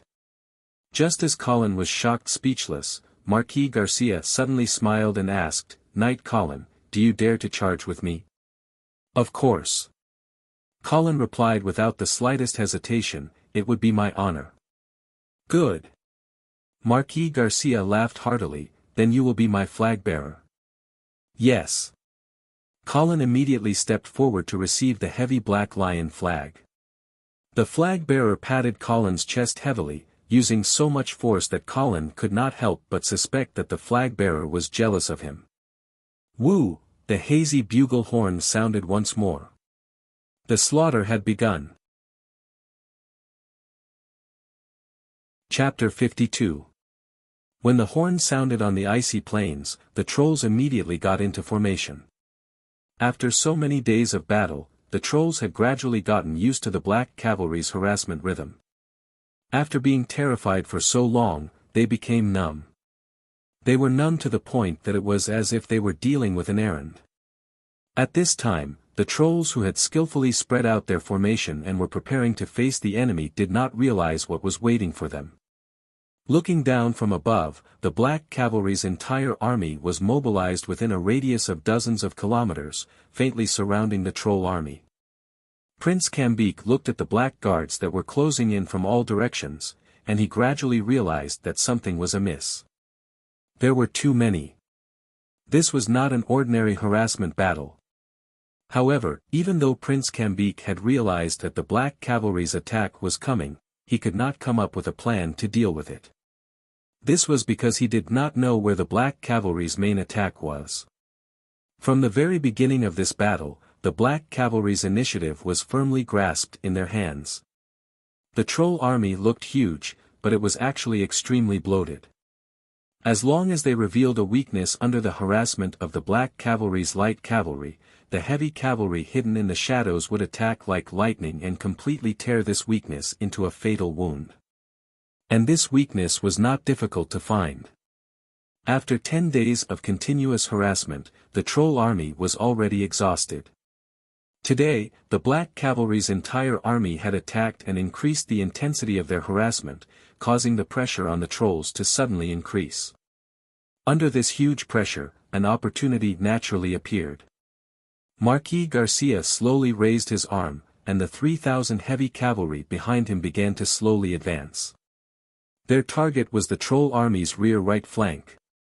The biting cold killing intent was almost tangible, pervading the air above the heavy cavalry formation. The thunderous sound of horse hooves echoed on the icy plains, rejecting all other sounds.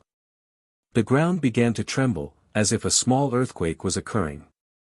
With such a terrifying momentum, the trolls quickly noticed something strange. However, it was too late to adjust their formation. The Black Cavalry's heavy cavalry began to slowly accelerate. The Black Lion flag in Colin's hand fluttered in the wind. Marquis Garcia lowered his mask, leveled his lance, and leaned forward slightly. The 3,000 heavy cavalry behind him also did the same in unison. 3,000 fast-moving steel monsters, each holding a 7 to 8 meter long spear, swept towards the right rear flank of the troll army like a whirlwind of death. In the face of such power, it was as if nothing could stop it. Colin had previously felt that Marquis Garcia's action of personally leading the army was somewhat reckless. After all, as the commander-in-chief of an army, it was somewhat unwise to personally take the risk. But at this moment, he was in the middle of such a terrifying cavalry. Colin had already tossed such thoughts out of his mind. He did not know what level of knight Marquis Garcia was, but even a knight who had entered the sanctuary realm would not be able to escape death if he was trapped in an army of tens of thousands of soldiers. However, Marquis Garcia was not alone. Behind him, there were 3,000 elite heavy cavalry who had pledged their lives to follow him. These 3,000 fanatical and fearless warriors, under the lead of their idol, gradually gathered into a single entity. At this moment, every single one of them seemed to have transcended the insignificance and limitations of mortals, condensing into an indestructible collective, an omnipotent god. Such a terrifying aura, even before charging to the front of the troll army, had already caused an uncontrollable panic and chaos. Raise your shields. Raise your shields. Don't move, kill anyone who moves. The troll officers roared at the top of their lungs, trying their best to maintain the formation without falling into chaos. They were very clear that in the face of such a charge, the infantry's only hope was to maintain a complete formation. If the formation was broken, it would immediately turn into a one-sided massacre. However, in the face of the fearless charge of 3,000 heavy cavalry, in the face of such a terrifying charge that did not seem to belong to the mortal world, no one could remain calm and resolute. Rumble. The thunderous sound of horse hooves seemed to become the only sound in the world. The heavy blows struck the hearts of every troll soldier, causing them to tremble in fear, causing them to want to turn tail and run without regard for anything else. Sparse arrows and spears shot out of the troll army, but when they struck the armor of the heavy cavalry, they were unable to cause any damage. Colin raised the Black Lion banner high, almost able to see the faces of the troll soldiers right in front of him. Fear and panic were written all over their faces. Boom! Boom! Boom! Accompanied by a series of loud bangs, the heavy cavalry in the front row had already crashed into the shield wall that was like a porcupine with their horses. Instantly, the shields broke and the spears snapped. Countless giant demon soldiers were sent flying by the terrifying impact like wooden puppets, spurting blood from their mouths. The defensive line here was like a thin piece of paper that was torn open in an instant. Countless ferocious steel monsters rushed in unscrupulously. After breaking through the formation, the heavy cavalry of the Black Cavalry was like an extremely sharp knife, ruthlessly stabbing into the right rear flank of the giant demon army and quickly advancing deeper into the formation. Everywhere they passed, there was a rain of blood, and the ground was a mess. This terrifying scene was like hell on earth. The Black Cavalry that had been roaming in the surroundings took this opportunity to swarm in, burrowing into the gap created by the heavy cavalry and beginning their massacre. At this point, there was no longer any troll general who could stop the collapse of the army. The entire scene clearly illustrated what it meant to be defeated like a landslide.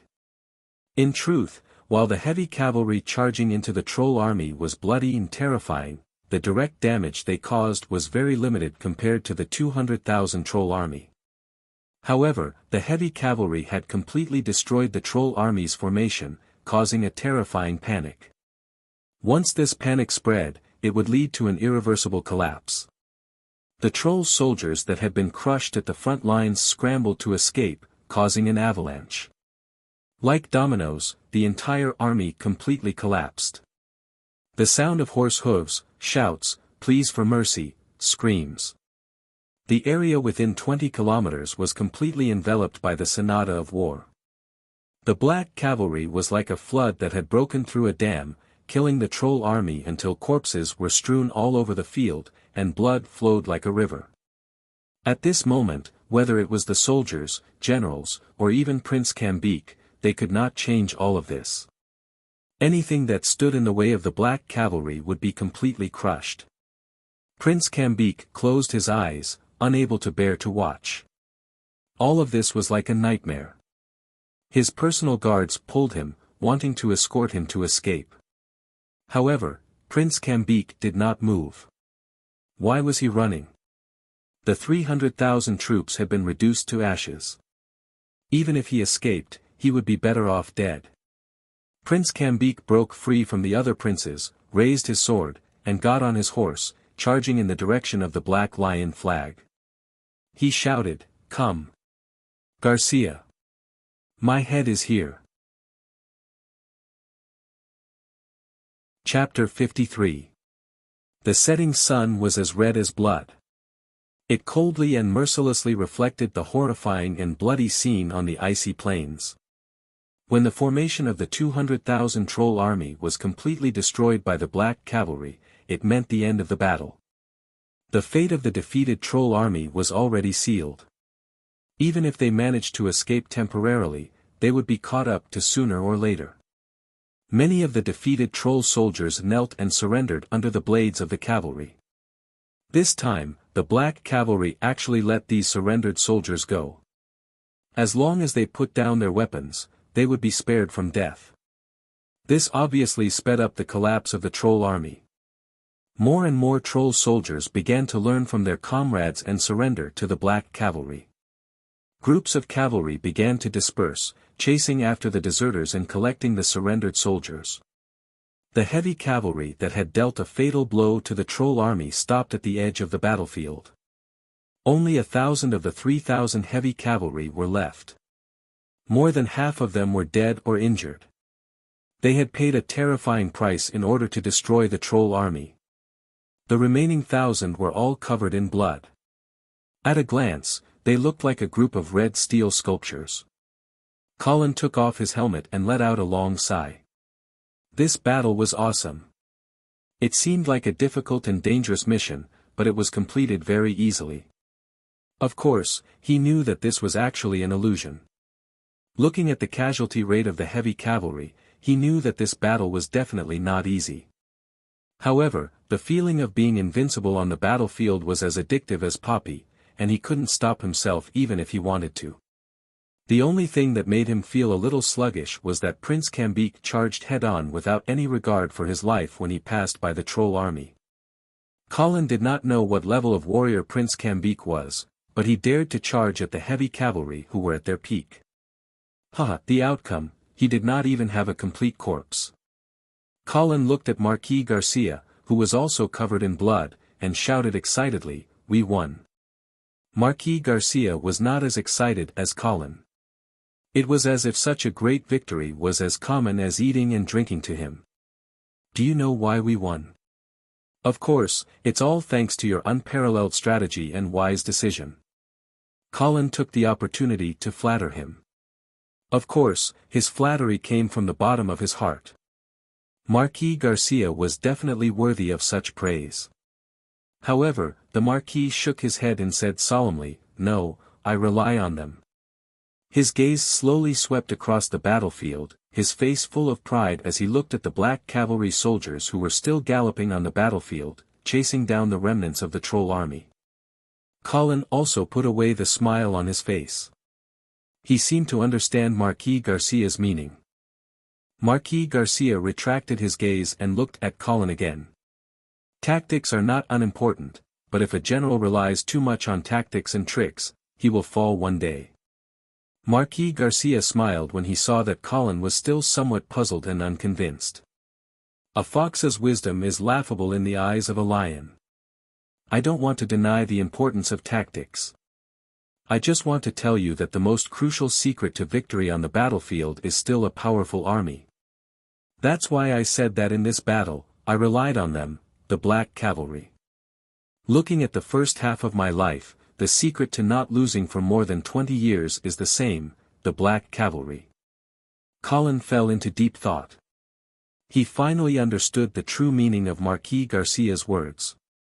Marquis Garcia was actually reminding him not to rely too much on tactics. The implementation of tactics also required strength as a foundation. Previously, he had indeed attached too much importance to these tactics, or even to conspiracies. Night Bliss must have already told Marquis Garcia everything that had happened on the way to escape. Even if Night Bliss did not see it clearly, Colin did not think that Marquis Garcia could not see through his little schemes. It had to be said that Colin was indeed somewhat complacent after the Battle of the River Bend. He thought that he had grasped the secret to victory on the battlefield. Moreover, coming from the era of information explosion, he had always thought that he was experienced and knowledgeable. He knew a little about Sun Tzu's art of war, the 36 stratagems, and so on. Relying on these and some of his own cleverness, it would not be difficult to move unhindered on the battlefield. But fortunately, Marquis Garcia reminded Colin at the right time. Conspiracies and machinations were never the right way. The most mainstream victory on the battlefield was in the end an upright army, the strong defeating the weak. Although this time the trolls were actually the strong side, under Marquis Garcia's careful planning, he kept making the Black Cavalry stronger on the local battlefield, so that he kept defeating the weak with the strong, and finally defeated the seemingly strong enemy. Moreover, thinking carefully about the tactics that Marquis Garcia had used before. In fact, they were not complicated. First, he pretended to be at odds with the Duke to confuse and numb the trolls. Then, he suddenly led the army to the north, found the location of the Troll Wolf Cavalry's main force, and succeeded in the surprise attack. Later, he kept harassing the Troll army that was tired and had lost the protection of the cavalry. Finally, he used the heavy cavalry to find a flaw and defeated them in one blow. The entire plan was not complicated, and could not even be considered outstanding. It probably did not even have the qualifications to be recorded in a military book. But Colin, who had personally experienced all of this, was very clear. These steps seemed simple, but they were aimed at the troll army's vital points. Moreover, they pressed on step by step, not giving the enemy the slightest chance to breathe. From the beginning to the end, no matter how the trolls struggled, they could not escape the fate of defeat. Of course, more importantly, Marquis Garcia's elite troops, the No. 1 Cavalry on the northern frontier, the Black Cavalry. In other words, Marquis Garcia was not only an outstanding commander, but even more amazing, he was probably a talent at training troops. It was because he had personally trained the Black Cavalry that he had the most fundamental foundation for this series of victories. At this point, Colin could no longer suppress the thought that had been hovering in his mind. Marquis Garcia was invincible because of his Black Cavalry. Then, where was my Black Cavalry? The wind and snow were still howling, as if countless wronged and sorrowful spirits were crying. On the icy plains, a large number of trolls' surrendered soldiers were gathered together. They were surrounded by the covetous Black Cavalry patrolling the area. A few trolls' surrendered soldiers could no longer take it, and couldn't help but shout at the patrolling Black Cavalry soldiers, "Sigh. Brothers! We're really hungry, can't you give us something to eat?"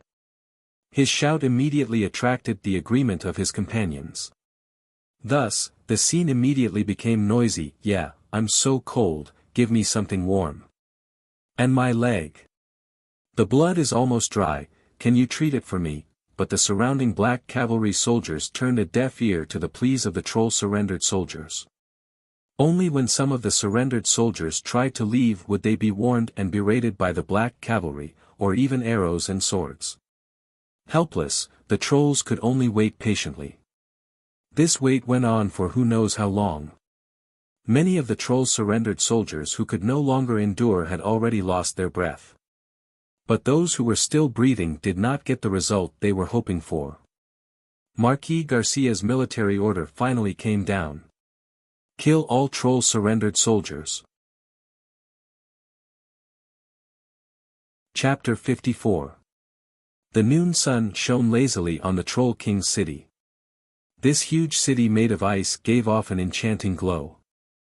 The various ice buildings in the city were simple and crude in style, completely portraying the personality of the trolls. To a human's aesthetic, this city was too ugly. There was nothing praiseworthy about it. But to be honest, the trolls clearly didn't put too much effort into building this city. In fact, 10 years ago, the trolls hadn't lived so far into the sky ice plains. At that time, they lived next to the humans on the northern frontier. At that time, the Troll King's city was only 800 kilometers away from the northern frontier. Based on the Black Guard's marching speed, such a distance would only take them about 10 days. Thus, after Marquis Garcia rose to power on the northern frontier, he would stroll around the Troll King's city every once in a while. Every time he came, the nobles of the giant demon clan would tremble in fear and panic. Although they knew that Marquis Garcia wouldn't waste his most precious black cavalry in a siege, the trolls couldn't accept the humiliation of having their city repeatedly attacked. After being attacked by the black cavalry for the nth time, the Troll King finally made up his mind 10 years ago, to move the capital. As the Troll King's city moved north, the trolls' military strength also gradually moved north. The trolls in the southern part of the sky ice plains naturally couldn't continue to stay where they were and foolishly wait for the black cavalry to attack at any time. Thus, they all moved north. As a result, the trolls in the southern part of the sky ice plains were abandoned one after another. This also caused an uninhabited buffer zone of several thousand kilometers to appear between the Troll King's empire and the northern frontier. Now, the Black Cavalry's troops could no longer easily threaten the Troll King's city. The Troll King's empire also obtained a rare opportunity to breathe. Because the capital had been moved too hastily this time, and because they had been forced to move by the enemy, the construction of the new Troll city was very sloppy. The trolls believed that the Black Cavalry wouldn't be able to be arrogant forever. One day, the great troll warriors would move the king's metropolis to the south and occupy chilly winter, making it the new troll capital. Therefore, the current giant demon king city was only a temporary capital city, so there was no need to worry too much about it. As for when this wish would come true, none of the trolls knew. But now, the trolls had no choice but to face a cruel truth: Prince Cambique's army of 300,000 had been completely wiped out. It was as if a cold current had struck, and the entire giant demon king city had been completely frozen. Fear and panic were written all over the faces of the trolls. They were afraid that when they woke up one day, the black lion flag that had brought them countless nightmares would once again appear in front of the capital. Within the royal city, the place with the most tense atmosphere was naturally the giant demon imperial palace. The palace was not built in the center of the city, but in the western suburbs. The construction of the imperial palace was also not built with ice, but with huge rocks piled up. It stood on the mountainside, overlooking the entire royal city. A luxuriously decorated carriage slowly entered the imperial palace after going through several strict checks. The tightly shut doors slowly opened and then closed again. There was a dull sound behind the carriage, as if it wanted to seal this place forever. The carriage stopped in a courtyard paved with marble, and a middle-aged man in a loose black robe walked out. Yes, the author wasn't wrong. It was a middle-aged man. He wasn't a troll. The appearance of such a human in the giant demon imperial palace was very abrupt. Especially at this tense moment. However, the guards in the palace seemed to take it for granted. "Mr. Chong, His Highness is waiting for you in the hall." Mr. Rui nodded at the guard and then walked to the hall alone with ease. When he entered the hall, he saw a young troll writing on a table. When he heard footsteps, he put down the quill in his hand and stood up to welcome him. "Mr. Chong, please have a seat." A group of goblin merchants brought spirit tea from the radiant moon forest. "Would you like to try it?" "Thank you, Your Highness Okamoto." Mr. Chong smiled and took the teacup. He took a sip and nodded slightly to express his admiration. If it was in the past, the two of them would definitely give this elven spirit tea a good evaluation, but today, they weren't in the mood. "His Majesty has already decided that I will inherit the position of Southern Prince. The coronation ceremony will be held in 3 days. This young troll named Okamoto was the son of Southern Prince Gambik Valkin, who had just died in battle. However, he was actually Gambik's second son and had an older brother. Logically speaking, Gambik's throne should have been inherited by Okamoto's older brother. However, even though the Southern Prince was the second most important person in the giant demon empire, he was a hot potato in the current situation. Okamoto's older brother didn't have the courage, nor did he have the ability. Therefore, the throne fell on Okamoto's head. "Then I must congratulate Your Highness." Mr. Chong didn't seem too surprised, as if he had already expected this outcome. Okamoto nodded slightly, but there wasn't much excitement on his face. He only handed a scroll of parchment to Mr. Chong. "The latest news from the front lines is that the Black Cavalry didn't continue north. Instead, they retreated to the northern frontier." Mr. Chong took the parchment and quickly scanned it. "The current giant demon king is a tough nut to crack. The humans who have eaten so much in the northern frontier won't be interested in this place." There was nothing wrong with this statement. The humans of the northern frontier couldn't even be bothered to occupy the southern part of the sky ice plains that the trolls had abandoned, much less cross the 1,000-mile ice plains to attack the giant demon king's capital. A bitter smile appeared on Okamoto's face. Even though he let out a sigh of relief, he also felt a deep sense of humiliation. The vast and fertile land of the northern frontier originally belonged to the trolls. If possible, why would they be willing to hide in this bitter cold land and struggle at death's door? But soon, he put away these useless complaints, opened a square box on the table, and took out a bloody head from it. "Marquis Garcia even sent my father's head. Hee, how considerate." Okamoto raised his father's head in front of him and looked into his eyes. He asked, "Tell me, what should I do now?" Of course, a dead person wouldn't answer a question. Mr. Chong knew that this question was for him. "Your Highness, what you should do now is to go to Coldwinter Castle and crawl at the feet of the Dukes of the North and beg for his forgiveness." Bang! Okamoto threw the head at Mr. Chong's feet. Coincidentally, that pair of eyes, which had not closed in death, was staring at Mr. Chong. "Mr. Chong, look into my father's eyes and repeat what you just said." Chapter 55. Your Highness, what you should do now is to go to Coldwinter Castle, crawl at the feet of the Dukes of the North, and beg for his forgiveness. Mr. Chong repeated his words again. There was no hesitation, no worry, and he did not feel that such words were not suitable for him to say because of his identity. As a human, Mr. Chong's situation among the trolls was somewhat awkward.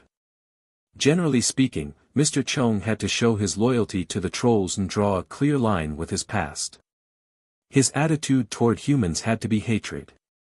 He even had to appear to hate humans more than the trolls. This was called convert fanaticism. In reality, many Chinese devils, who were more extreme than foreigners and crazily slandered China, were born from this mentality. But now, facing a troll prince who had just died on the battlefield, Mr. Chong was persuading his own son to beg for forgiveness from the enemy. However, Okamoto suddenly laughed. It was as if he was not angry at all, nor did he suspect Mr. Chong's intentions. "Mr. Chong, you should have persuaded my stupid father earlier." If he had been willing to bow his head to the northern frontier, he would not have ended up like this. Then, he spat a mouthful of thick phlegm at the head on the ground and said disdainfully, "There's an old saying among humans that makes sense. If you don't have the ability to fight against a bull, then don't wave the red cloak. Huh, look at my stupid father." He knew that he was no match for Marquis Garcia, but seeing that the other party was not at the front line, he felt that there was an opportunity. But why didn't he think about it? How could the black cavalry sit by and watch him invade the northern frontier and not care? Mr. Chong did not speak. He would not take the initiative to agree with Okamoto to slander Prince Kambik. That would be ungrateful. Okamoto scolded for a while and seemed to have vented his anger. He picked up the head and put it back in the box. The entire process was full of filial piety. Okamoto picked up the teacup and took a big gulp before he regained his composure. "Mr. Chong, is it too late for me to beg for mercy from the Dukes of the North now? But this is your only choice. This time, the Troll Empire's war potential has almost been wiped out by the Black Cavalry. They won't be able to organize a decent army to resist the northern frontier for at least 10 years. If I were the Dukes of the North, I would send troops to sweep the area every once in a while. Even if they couldn't conquer the capital, they had to interrupt the giant demon empire's recovery process so that they would never be a threat to the northern frontier. Therefore, if you want a chance to recuperate, you must beg for peace from the northern frontier." Okamoto's fingers gently tapped on the wooden box, making a knocking sound. After a long while, he spoke again, then, "Will the Dukes of the North agree to negotiate with me?" Mr. Chong nodded. "As long as you put on a low enough posture, the Dukes of the North will think that you're not a threat. Then, his gaze will naturally turn elsewhere. Think about it, if the trolls are no longer a threat, then what is the greatest threat to the Dukes of the North?" Okamoto's eyes lit up. "The Black Cavalry." "That's right." Mr. Chong nodded. "Although we were played by the two brothers before, I don't believe that there is no grudge between Marquis Garcia and the Duke of St. Hilda. I'd rather believe that it was the trolls' threat that made them put aside their differences and temporarily unite. However, this kind of alliance is extremely fragile. Especially this time, Marquis Garcia returned to the northern frontier with a great victory. How will the Dukes of the North reward his good little brother? How will he be able to sleep peacefully under the terrifying attack power of the Black Cavalry?" Hearing Mr. Chong's words, Okamoto excitedly paced back and forth in the hall with his hands behind his back. It was as if he had finally grasped a ray of light in the endless darkness. "Therefore, the key to our next step is to sow discord between the Dukes of the North and Marquis Garcia." "That's right. However, it's not just the two brothers who are at odds." Mr. Chong's eyes flashed with a sinister light. Okamoto was stunned and asked, "What do you mean?" "From what I know, the House of St. Hilda's Golden Lion Legion is still gathered outside Ice Stone City, and the armies of the various lords of the northern frontier are still entrenched in Ice Stone City. The two sides are faintly facing each other." Okamoto didn't know about this either. Clearly, Mr. Chong had his own eyes on the northern frontier. Okamoto was also aware of this. Of course, he wouldn't force Mr. Chong to find out who his eyes on the northern frontier were. Even now, he still didn't know Mr. Chong's true identity. However, this Mr. Chong had already received the approval of the Troll Emperor and the former Southern Prince. It was hard to say how loyal he was to the Trolls, but his hatred for the northern frontier was undeniable. Therefore, Okamoto chose to believe in Mr. Chong. At this moment, when he heard this news, he suddenly raised his head and looked at Mr. Chong with bright eyes. Could it be that the conflict between the Duke of St. Hilda and the lords under his command has already reached this point? From the looks of it, that is indeed the case. The Duke's good son sent 200,000 troops of the northern frontier to their deaths. It's impossible for such a crushing defeat not to cause the lords of the northern frontier to retaliate. Moreover, there's still the Black Cavalry in front of them to attract the Duke's hatred. Also, don't forget that Marquis Garcia's surname is also Saint Hilda. Perhaps a change in leadership of the northern region isn't something unacceptable to these lords. When he heard Mr. Chong say that Marquis Charles sent 200,000 troops of the northern frontier to their deaths, Okamoto felt a sharp pain in his heart. He couldn't help but look at the square box. Obviously, Okamoto felt the same way about this. So, the northern frontier is going to be chaotic? Yes. Mr. Chong looked very confident. The northern frontier is now like a bow that has been stretched to the extreme. As soon as the external threat subsides, the internal conflict will immediately erupt. Good. Okamoto punched the square box, causing cracks to appear on it. After the king conferring ceremony, I will resign from His Majesty and personally go to the northern frontier. Your Highness is wise. Okamoto touched the cracks on the wooden box and suddenly remembered something. He turned around and asked, by the way, I heard that the Dukes of the North suddenly have an adopted daughter. Yes, her name is Vera Saint Hilda. I met her at the Mage Tower in Yevil and I knew that she had a mysterious origin. However, I didn't expect her to be the adopted daughter of the Dukes of the North. What does she look like? She is very beautiful. Okamoto nodded with satisfaction and suddenly suggested, if I ask the Dukes of the North to marry Miss Vera, do you think they will agree? Of course, I believe that the Dukes of the North would be very happy to have a troll prince as their son-in-law, especially now that they need external help to solve their internal conflict. Ha ha ha. Okamoto's proud laughter echoed in the hall, as if he was determined to win the heart of a certain beauty. Chapter 56. At the end of the 6th month, the victorious black cavalry finally returned to the northern frontier. The army followed the route they took to the north and returned to the camp outside Ice Stone City. Colin looked at the familiar scenery in front of him and vaguely felt that 2 months ago, when he came with Vera to try and dissuade Marquis Garcia, it was just yesterday. The scenery was still the same, but the people had changed. At least, the 300,000 troll army had been annihilated. However, this didn't mean that the northern frontier had calmed down. Even though Colin hadn't entered the city yet, he could already feel the heavy atmosphere that enveloped Ice Stone City. Summer on the northern frontier has always been stormy. Beside him, Count Dawson looked at the gloomy sky and said meaningfully. Colin took the wineskin from the other party, took a big gulp, and handed it back.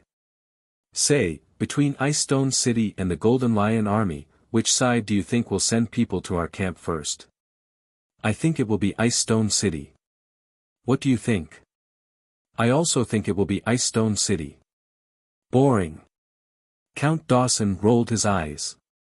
Colin glanced at the dwarf count beside him in amusement and said with a playful expression, then, let's guess again. Which side will the Marquis accept the invitation? I'm not guessing. Count Dawson rolled his eyes again. He was very wary of the cunning Baron's son beside him. Colin wasn't discouraged even though he couldn't find out Marquis Garcia's inclination from Count Dawson. He rolled his eyes and probed again. Then tell me, how will the Duke reward the Black Cavalry for making such a great contribution? Count Dawson chuckled. It wasn't clear if he understood Colin's probing intent. He stroked his beard and said, the Marquis has no more rewards. Lord Marquis, there's nothing more to reward. I reckon that Lord Duke will distribute this merit to the various generals of the Black Guard. Perhaps, another Marquis will appear among us. When he heard the other party say the sensitive words, no more rewards, Colin carefully looked at the dwarf count's face. However, he couldn't find any clues, as if it was just an ordinary word. Then I have to congratulate you in advance. If you want to reward a marquis from the generals of the Black Cavalry, it will definitely be you. Colin smiled and congratulated him. Count Dawson shook his head and smiled, but didn't reply. It was unknown if he was pretending to be humble or if he didn't care about the possibility of the reward. However, Colin already understood Count Dawson's intentions. The Marquis of the Marquis of the Marquis of the Black Cavalry of the Marquis to divide and draw him to his side. If Earl Dawson really became a Marquis, although it would be a great honor, it also meant that he would be independent of the Black Cavalry. In addition, as fellow Marquises, the Dawson clan definitely wouldn't be able to continue to be loyal to Marquis Garcia. Their allegiance would be to the Dukes of the North. In that case, perhaps the Black Cavalry would be split into two. Since Earl Dawson was able to guess what the Duke was up to, how could Marquis Garcia not be able to? How would he deal with it? Colin suddenly felt that the great victory did not eliminate the haze that shrouded the northern frontier. Instead, it made the hidden storm even more violent and dangerous. Sir Marquis. Colin was still looking at the dark clouds in the sky, deep in thought. Suddenly, he was woken up by Earl Dawson's call. They turned around and saw Marquis Garcia leading a group of people behind them. Sir Marquis. Colin hurriedly turned around and bowed. Marquis Garcia nodded towards the two of them. Then, he pointed to a middle-aged man behind him and said to Colin. Colin, this is Knight Xiar. He and the other 27 warriors behind him suffered heavy injuries in this battle and are about to retire. However, I hope that you can provide them with a job, so that they won't waste their remaining lives in the fields. Of course. It would be my honor. Colin only felt an intense joy rushing to his head, making everything in front of him seem unreal. The value of veterans, especially those who retired from the Black Cavalry, couldn't be measured with money. Previously, Colin had already realized that if he wanted to have a place in this world, he needed an elite army. And after the baptism of this battle, Colin had already been deeply infatuated with cavalry. However, although Colin had followed Marquis Garcia all this time and had some experience with cavalry, Colin was still at his wits' end when it came to cavalry training. And at this time, Marquis Garcia had presented him with such a huge gift. Although these 28 veterans couldn't go to the battlefield, they were qualified to be cavalry instructors. They would be the seeds of the cavalry that Colin yearned for even in his dreams. Until Knight Xiar swore his loyalty to Colin under Marquis Garcia's instructions, Colin was still immersed in his excitement and hadn't completely recovered. Only now did he notice that Knight Xiar's right thumb had been cut off.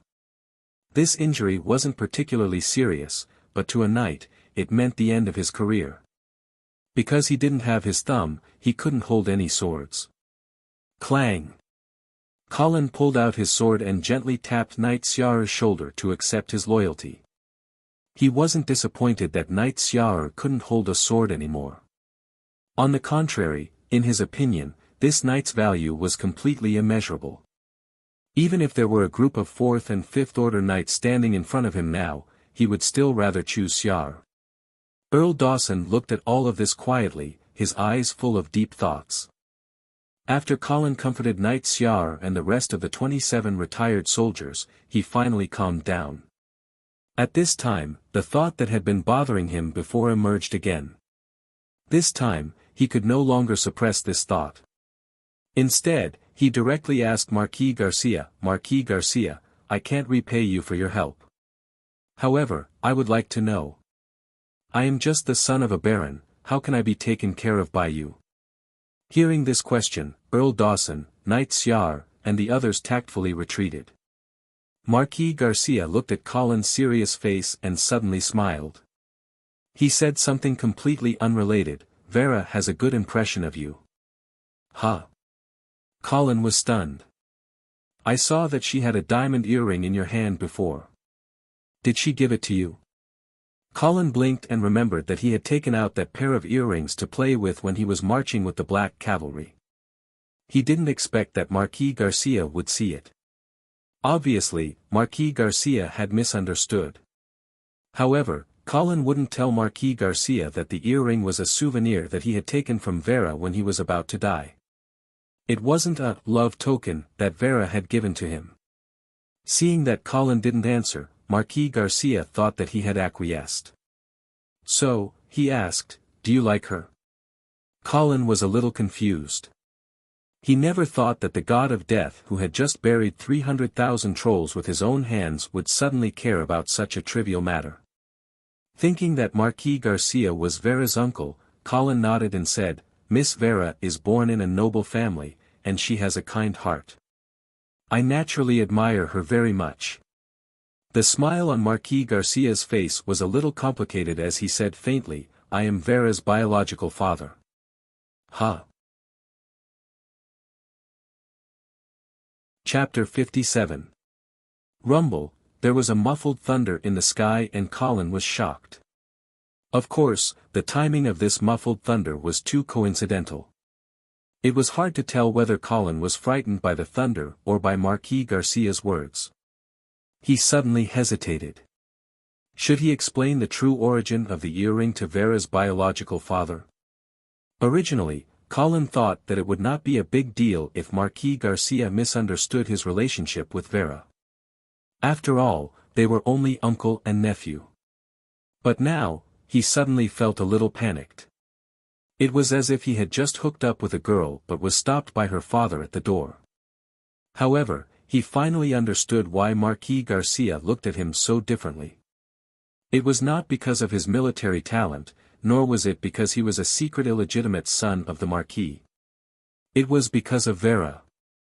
The earring had obviously made Marquis Garcia misunderstand that his daughter had a deep affection for Colin.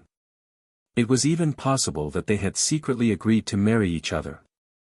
Therefore, Marquis Garcia was actually grooming his future son-in-law by taking care of him along the way. However, Colin knew that Vera only had a good impression of him at the moment. She had not reached the point where she would only marry him. If he were to be exposed in the future, Marquis Garcia raised his eyebrows when he saw the stunned look on Colin's face. He asked, "What's wrong? Are you scared?" "No, no. How could it be? I was just a little surprised."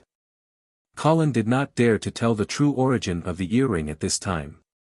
What if Marquis Garcia thought that he was deliberately hiding the truth and became angry out of shame? Moreover, Colin's brain must have been struck by lightning if he did not know how to hug such a big leg. Rumble. A flash of lightning crossed the sky, followed by the sound of rolling thunder. It was as if he was warning someone. Colin was shocked again and quickly changed the topic. "Marquis, does Miss Vera know that you are? She doesn't know." Marquis Garcia shook his head and gave Colin a warning look. "Don't tell her, and don't tell anyone else." "Yes, yes." Colin repeatedly promised. After a while, he could not help but ask curiously, "Then, who is Vera's biological mother?" Marquis Garcia frowned and snapped, "What are you asking about? You won't benefit from knowing." Colin's head shrank back, and he didn't dare to ask again. Although he didn't dare to ask, it didn't mean that Colin didn't dare to think about it. At this moment, he was already imagining a melodramatic drama in his mind. Moreover, Colin found that he was increasingly unable to understand the relationship between the Duke of St. Hilda and Marquis Garcia. The relationship between the two brothers was already very complicated and tangled. Now that Vera was added into the mix, Colin was completely dumbfounded. Although Marquis Garcia refused to tell him the identity of Vera's biological mother, Colin was certain that she was a noble. Otherwise, the Duke of St. Hilda would not have agreed to adopt Vera. After all, Vera was an illegitimate daughter, and it was extremely disgraceful. However, there were differences between illegitimate daughters and illegitimate daughters. If both of her parents were noble, then her bloodline was still noble, and she just lacked an identity. The adoption by the Duke of St. Hilda was equivalent to giving Vera this identity. But, was he doing this to help his younger brother? Or was he trying to use Vera as a hostage to control his younger brother? In addition, why didn't Marquis Garcia marry Vera's biological mother? Since she was willing to give birth to a daughter for Marquis Garcia, it meant that the two of them must be in love with each other, so it could only be that external conditions did not allow it. With Marquis Garcia's identity and status, there was no woman in the entire Radiant Empire who was not worthy of him. Even if it was a royal princess, it would not be a disgrace to marry him. So, what else could stop the two of them from getting together? Could it be? Colin suddenly thought of a possibility. What are you talking about? Just as Colin's gossiping fire was burning, a clear voice suddenly sounded. Colin turned around and saw Vera standing behind him. The female mage was wearing a light blue dress today. Her golden hair was tied up with a hairpin, and it was obvious that she was wearing makeup. The purple eyeshadow and sparkling red lips made her look even more beautiful. Ahem, I was talking to Knight Colin about the difference between a lance and a spear. Marquis Garcia lied without blushing. Vera was obviously not interested in this straight man's topic. After a short "oh," she stopped talking about it. Instead, she pointed in the direction of Ice Stone City and said, "Uncle, look, the nobles of Ice Stone City are coming out. They should be here to welcome us." Only then did Colin notice that a team of about 100 people had left Ice Stone City and were heading in the direction of the Black Cavalry's camp. The corner of Marquis Garcia's mouth curled into a cold smile, and he returned to his unapproachable state. "Then let's go too." After saying that, he went out to welcome them. Vera stuck out her tongue playfully and smiled at Colin. "Colin, let's go." "Okay." Colin looked at Vera's bright smile, but his heart could not relax. After all, the other party's father was right in front of him. Of course, he could not get along with Vera like he used to. Moreover, Marquis Garcia had already misunderstood the relationship between him and Vera. He had even trained him for so long without any reservations. So, if Colin could not marry Vera in the end, what would Marquis Garcia think? "You just put on your pants and turned your back on me?" Thinking about the terrifying scene of the Black Cavalry slaughtering people on the ice field, Colin suddenly felt that he must marry Vera. Otherwise, no matter how many lives he had, he would not be able to survive Marquis Garcia. However, the final decision of Vera's marriage was in the hands of the Duke of St. Hilda. After all, after the adoption, Vera was legally the daughter of the Duke. Therefore, if Colin wanted to marry Vera, he would have to get the approval of the Duke. However, if the Duke of St. Hilda really fought with Marquis Garcia, then, which side should Colin stand on?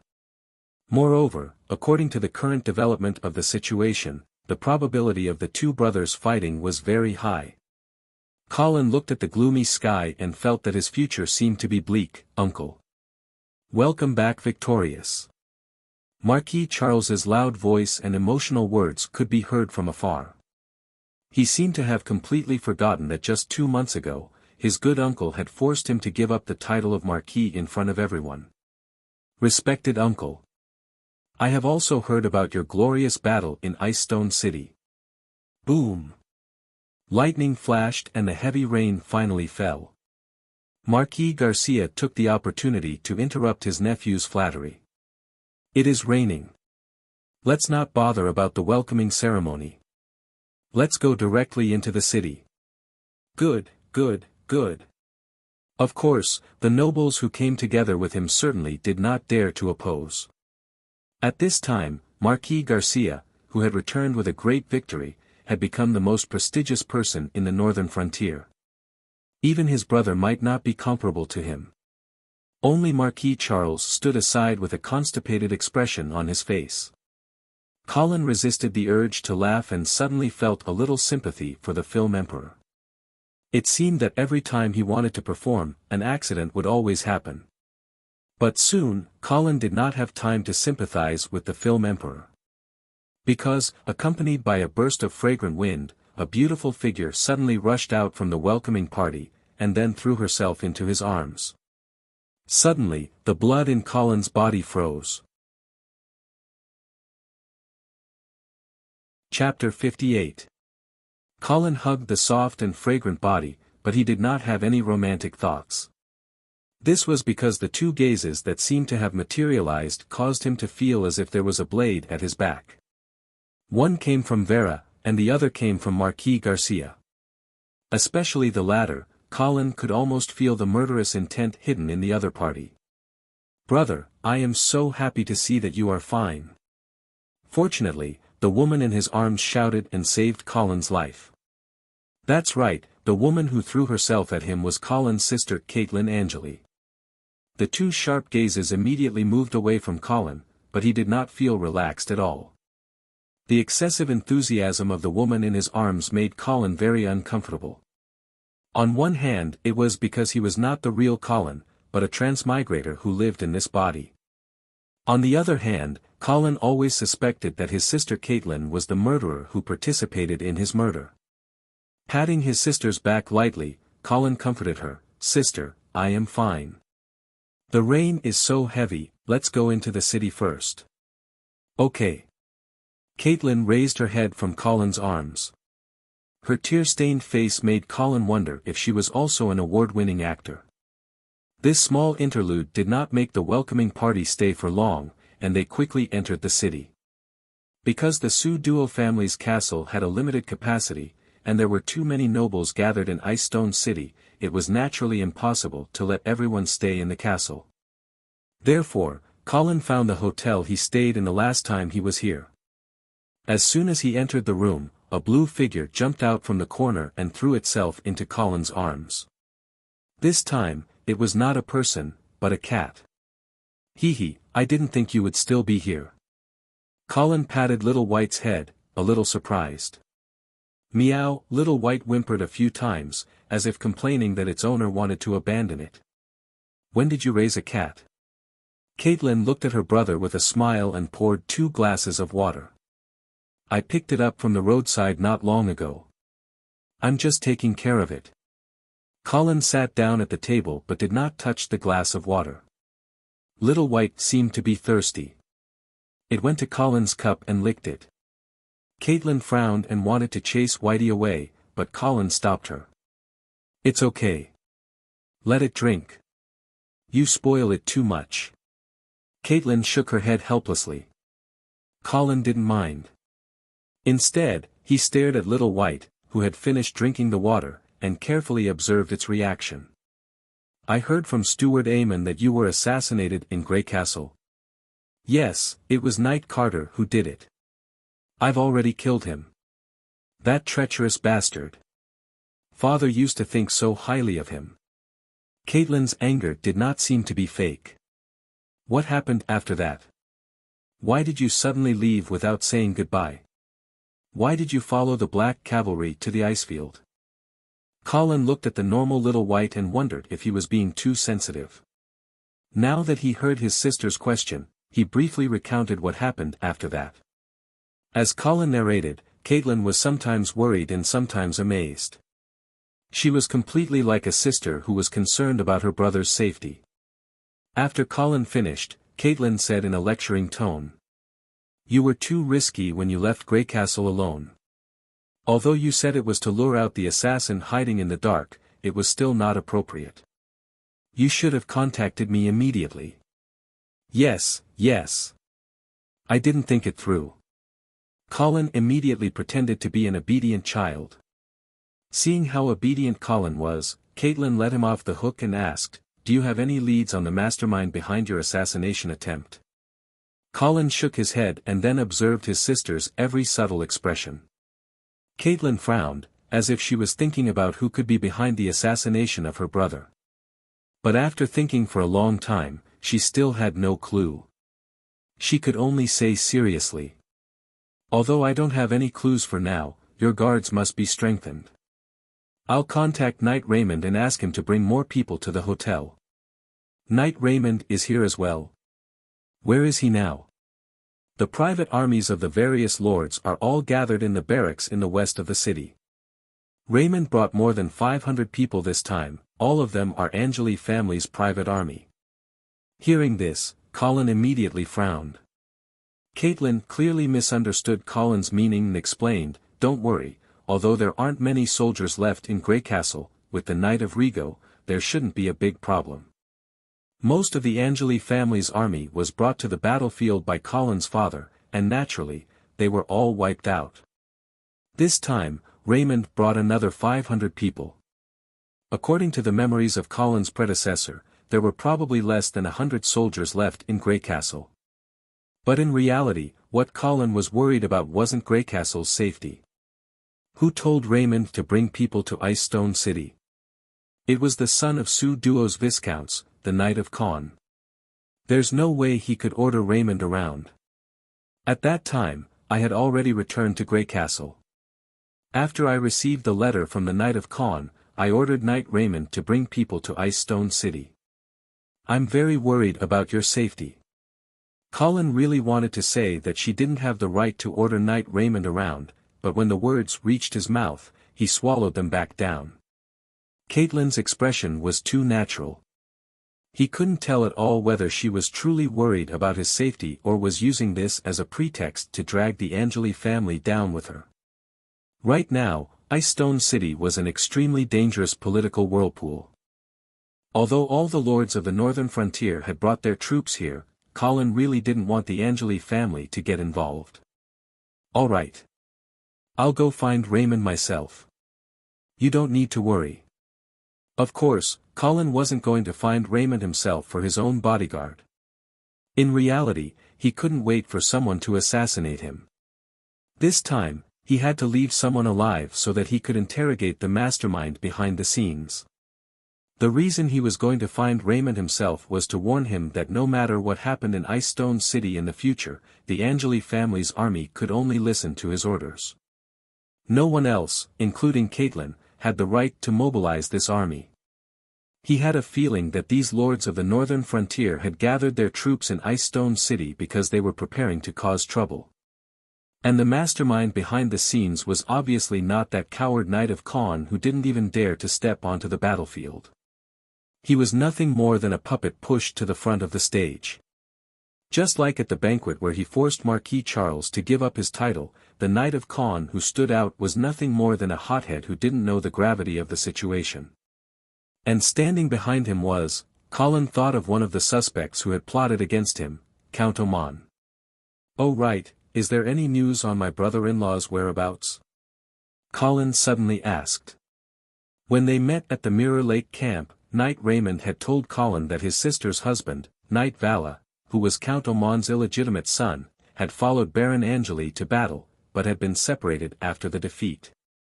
Caitlin's eyes instantly reddened, and she choked out, "Not yet. Don't worry, brother-in-law will be fine. We will find him." Colin was confused. What was going on? From what he could see, Count Oman's motive for assassinating him was to give this illegitimate son of his who didn't have the right to inherit the family business. But he didn't expect, was Knight Vala really unlucky, or was he also acting? Chapter 59. On the second day after entering the city, Colin received an invitation. Suzerain's meeting. Colin read through the contents of the invitation and immediately realized that the suzerains gathered in Ice Stone City were preparing to cause trouble. Caitlin didn't seem to realize the hidden meaning behind the invitation. She was only happy for her brother. In her opinion, even though her brother hadn't officially received the title of Baron from the Duke, he had already received the recognition of all the suzerains in the northern frontier. You need a Baron's ceremonial robe. Caitlin suddenly said seriously. Then, she ran out in a hurry, I'll go make one for you right now. Hey, wait, don't I have to go with you? Caitlin turned around and smiled dotingly, silly brother, do you think I don't know your size? Colin was stunned. Looking at his sister's back as she left, the memories of the past couldn't help but surface in his mind. Those beautiful memories kept reminding Colin how close the relationship between him and his brother was. Would the sister in his memory really plot against him for the title of Baron? Colin suddenly felt uncertain. Moreover, if it really was her, would she still be able to face him so calmly and naturally? Colin didn't believe that his sister was such a scheming person. At least, the sister in his memory wasn't. Perhaps, the assassination had been planned by Count Aldman in secret from the start, and he only wanted to give his illegitimate son a family property. His sister, on the other hand, was probably kept in the dark. But this was only a possibility. Colin sighed and stopped himself from making wild guesses. Even though he didn't want the sister who had cared for him since he was young to become an enemy, he couldn't completely trust Caitlin before the truth came to light. 2 days passed in a flash, and it was time for the suzerain's meeting. Colin left the inn under his sister's nagging and came to the Su Duo family's castle. He saw the butler who tried to throw him out last time. This time, he welcomed Colin with a smile. However, Colin did not feel much sincerity from this smile. Entering the conference hall, Colin was led to an inconspicuous corner by an attendant. It couldn't be helped. Since this was a suzerain's conference, the participants were all real nobles with titles. As for Colin, who hadn't really inherited the title of baron, he could only sit in the corner. If it wasn't for the fact that he represented the Angeli family, he wouldn't have been able to enter the venue as a knight. The lords entered the venue one after another, and like Colin, they were led to their respective seats by the attendants. The meeting this time was very formal, so everyone's seats were arranged according to their status. No one was allowed to sit randomly. The atmosphere in the venue was also very solemn. Basically, no one spoke. When it was almost time for the meeting to start, the venue was almost full. There was only one empty seat left in the front row. Just as Colin was guessing who the last seat was reserved for, an old acquaintance appeared at the door. Earl Dawson. The dwarven count was led to the last seat by his attendant. Everyone was present. Sitting in the front row were 4 counts. Aside from Earl Dawson, who was loyal to Marquis Garcia, the other 3 were all vassals of the Duke of St. Hilda.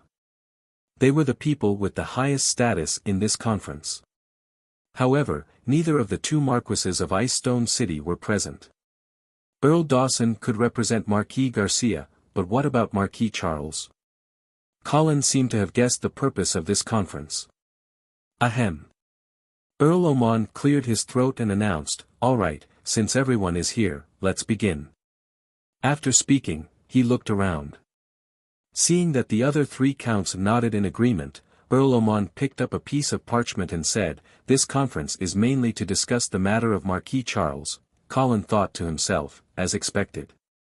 Even though the Black Cavalry had annihilated the invading Troll army and taken revenge, it was clear that the lords of the northern frontier were not prepared to let Marquis Charles go. In other words, these lords were still unwilling to let the Duke of St. Hilda go. They needed an explanation.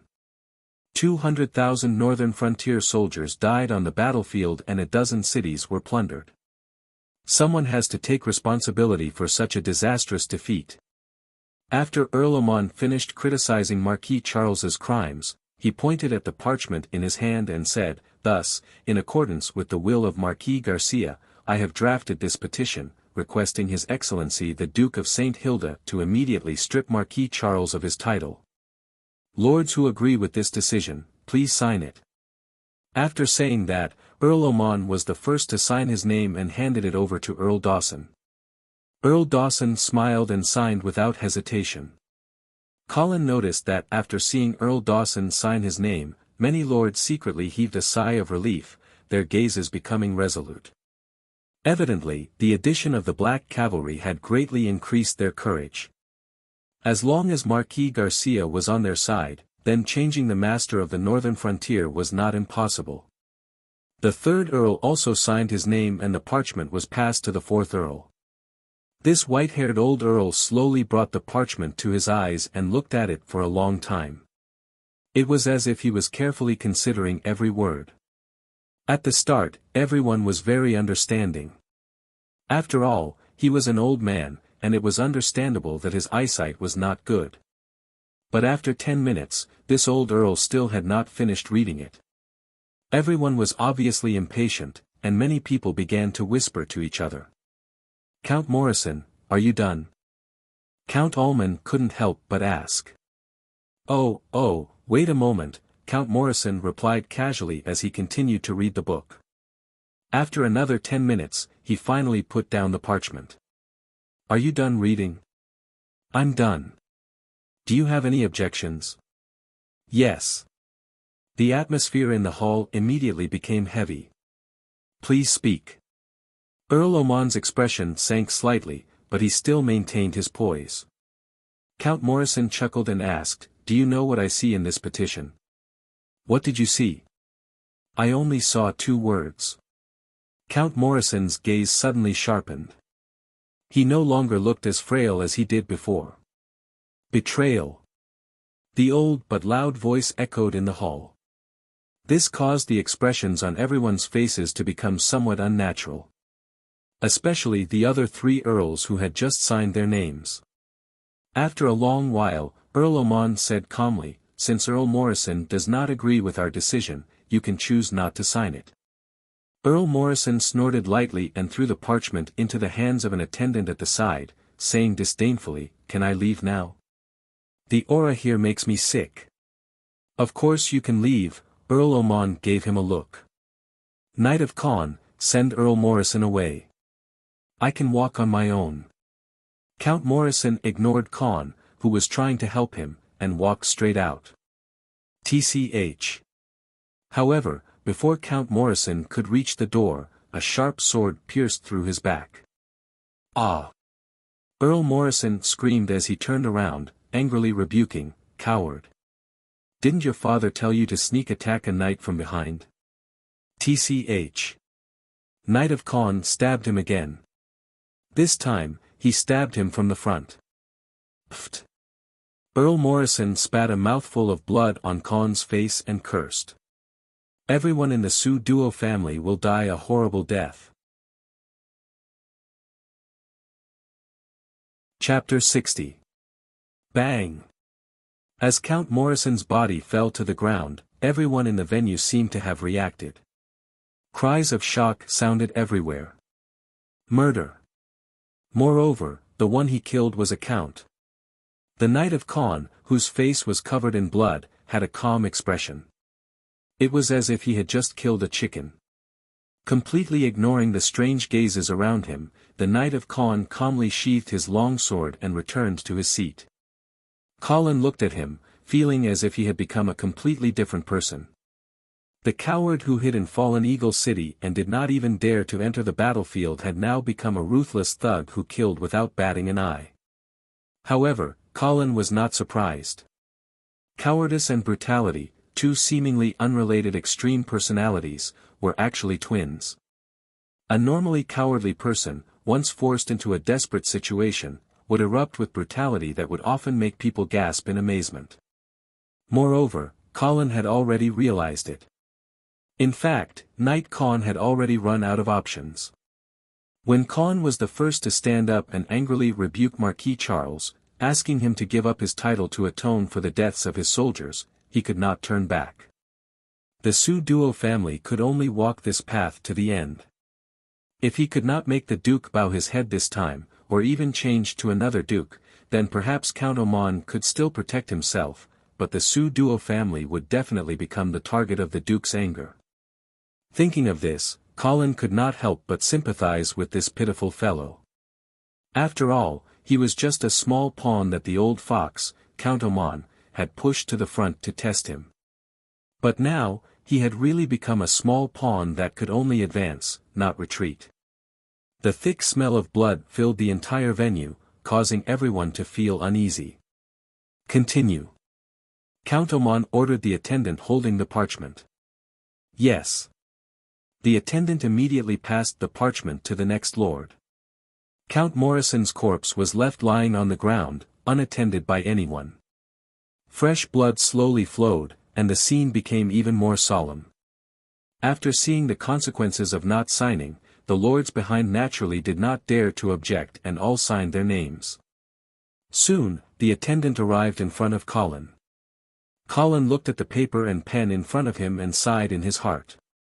He could only obediently sign his name.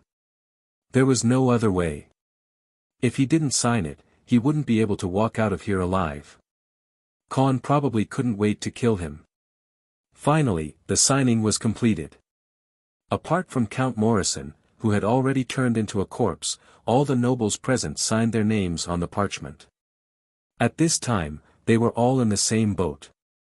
As for whether this ship would sail to the Sea of Stars or sink halfway to the bottom of the sea, that would depend on the arrangement of fate. Very good. Count Ormond stood up and received the signed parchment. Next, I will arrange for someone to deliver this petition to the Duke of St. Hilda. Today's meeting ends here. Thank you, everyone. After that, he strode out of the venue. Everyone left one after another. Colin was not in a hurry to leave. Instead, he stepped forward and stopped Count Dawson. Before he could speak, Count Dawson used his eyes to stop Colin and then motioned for him to follow him. Colin obediently shut up and followed Count Dawson through a long corridor. They arrived in front of a room deep in the castle. Looking at the familiar layout, Colin felt as if he had been here before. Where is this? Hey, Colin. Why are you here? Before Count Dawson could answer his question, Colin heard Vera's voice. As soon as he turned his head, Colin saw the female mage who was dressed particularly valiantly. She was wearing a kite-plate chiffon shirt and white tight-fitting breeches. On her feet, she wore a pair of brown high-riding boots. This outfit was very tight, and it perfectly outlined Vera's beautiful figure. LSP Colin stared at her several times. Count Dawson brought me here. Are you going out dressed like this? Yes. Uncle wants to take me hunting. Vera said excitedly. Uncle? Colin realized why he felt that the layout of this place was very familiar. This was because this was the residence of Marquis Garcia. 2 months ago, Vera had brought him here. At that time, the two of them were preparing to dissuade Marquis Garcia from having a conflict with the Duke of St. Hilda. Moreover, at that time, Marquis Garcia was not in the castle, but he was preparing to hunt. However, at that time, his prey was not an ordinary beast. It was an army of 300,000 trolls. Now, the conflict between the two brothers was imminent, and Marquis Garcia was going to hunt again. This time, what was his prey? Colin, you came at the right time. Marquis Garcia also came out and invited him with a smile, let's go hunting together. Colin blinked and said with a smile, okay. At the same time, a messenger was riding a fast horse out of Ice Stone City, heading towards the Golden Lion Army's encampment. Eastern District of Ice Stone City, Tulip Chamber of Commerce's encampment. Earl Oman was led by Oliver to a secret room. He's inside. Yes, Earl. Earl Oman waved his hand, indicating for Oliver to leave. Oliver's chubby face was filled with a flattering smile that was about to overflow. Yes, my lord. If you need anything else, please let me know. After speaking, he quickly left. Earl Oman opened the door alone and walked in. He closed the door. The room was empty. Earl Oman did not find it strange, but sat down on a chair and waited. After an unknown period of time, a figure suddenly appeared in the room, as if he had been there from the beginning. Earl Oman looked at the black-robed man who appeared like a ghost and was not surprised. He just nodded and asked, why are you in such a hurry to see me? I have a message from Mr. Count Oman frowned, then said calmly, speak. Mr. Wang hopes that you can abort the original plan. Haha. Count Oman laughed. He stood up and walked in front of the black-robed man. He looked down at the other party and said coldly, then help me send a message to Mr. Feng. I'm not his servant, so I don't need to listen to his orders. Your Excellency, you can't do this. That would spoil Mr. Chang's plan. Count Oman grabbed the black-robed man by the neck, cutting him off. Huff. Huff. The black-robed man struggled to catch his breath. As he struggled, the hood on his head slipped down, revealing a panic-stricken face. Remember, you're just a messenger. You only have one mouth and one pair of ears. Go back and relay whatever you hear. Everything else has nothing to do with you. Understood? I understand, boom. Count Oman threw the black-robed man to the ground, then turned and prepared to leave. Lord Count, there is one more thing. The black-robed man suddenly spoke again. Speak. His Highness Okamoto has already inherited the position of Prince of the South, and will be on a diplomatic mission to the northern frontier. Count Amon suddenly turned and stared at the black-robed man with bright eyes. There was an undisguised killing intent in his eyes. The black-robed man was so frightened by the other party's gaze that he took a step back, his expression wary. But Count Amon did not do anything rash. He just stared coldly at the black-robed man for a while, then said calmly, "Understood." And then he left. Chapter 61. Whoosh! Whoosh! 2 arrows were shot out. One of the arrows hit the hare that was trying to escape and the arrow missed. Duh. The 2 men quickly caught up with the hare and one of them shouted excitedly when he saw the arrow mark on the hare's leg, Colin, I shot it again this time." The other man shook his head in annoyance and said, "Miss Vera's archery skills are really getting better and better." Vera raised her head proudly and then motioned the cavalry behind her to come forward and take her prey. "Oh, it is still alive." The hare that was shot in the thigh by the arrow was still struggling in the hands of the servant at the moment, and it seemed as though it did not want to accept its fate. Colin was about to go over and give this stubborn little fellow a quick death so that Vera would not be so kind as to kill it. Duh. There was another sound of horse hooves and Marquis Garcia came over with a team of cavalry. Vera exclaimed in surprise when she saw the other party's expression, "Wow, uncle, you have a big harvest." Marquis Garcia smiled indifferently and glanced at Colin. "Of course, after all, no one on our side went easy on you."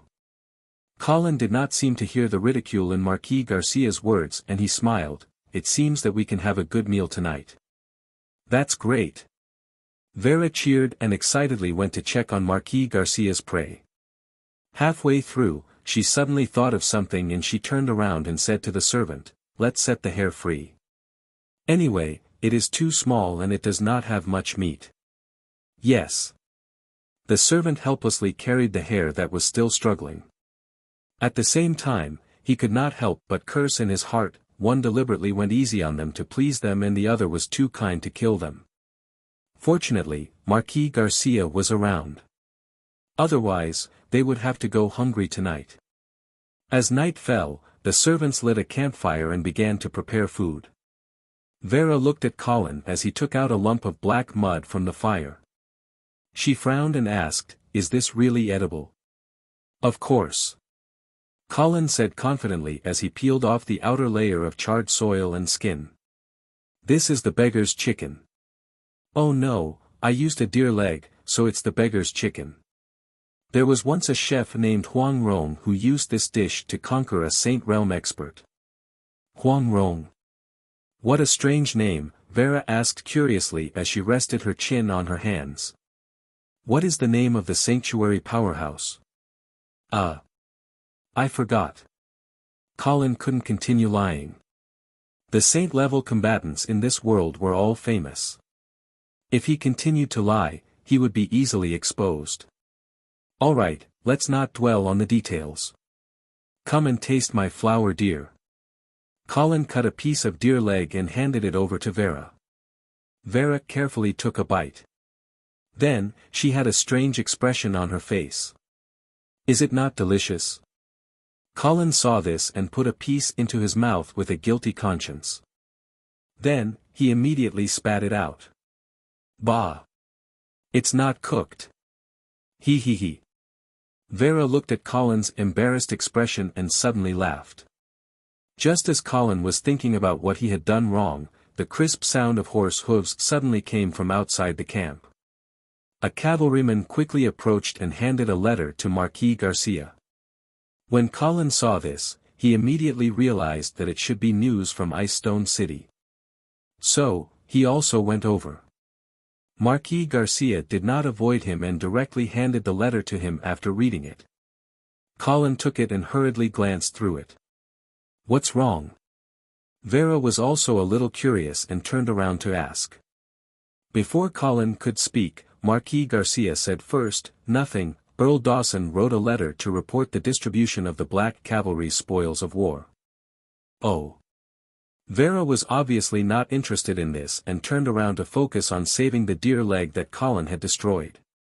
Colin did not say anything and silently threw the letter into the fire to destroy the evidence. Marquis Garcia lied. The content of the letter was not about the distribution of the spoils of war at all.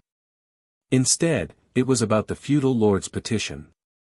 This petition to strip Marquis Charles of his title had already been sent to the Duke of St. Hilda. However, the Duke of St. Hilda directly rejected the feudal lord's request and ordered all the feudal lords to immediately go to the Golden Lion Army's encampment to pay him a visit. Colin did not think that the Duke of St. Hilda's attitude would be so unyielding. He did not have any intention of backing down at all. This was simply forcing the feudal lords to rebel. Colin glanced at Marquis Garcia again, but he could not see any emotions on his face. "Sir Marquis, are we preparing to return to Ice Stone City?" Colin asked tentatively. They had already been out for 3 days.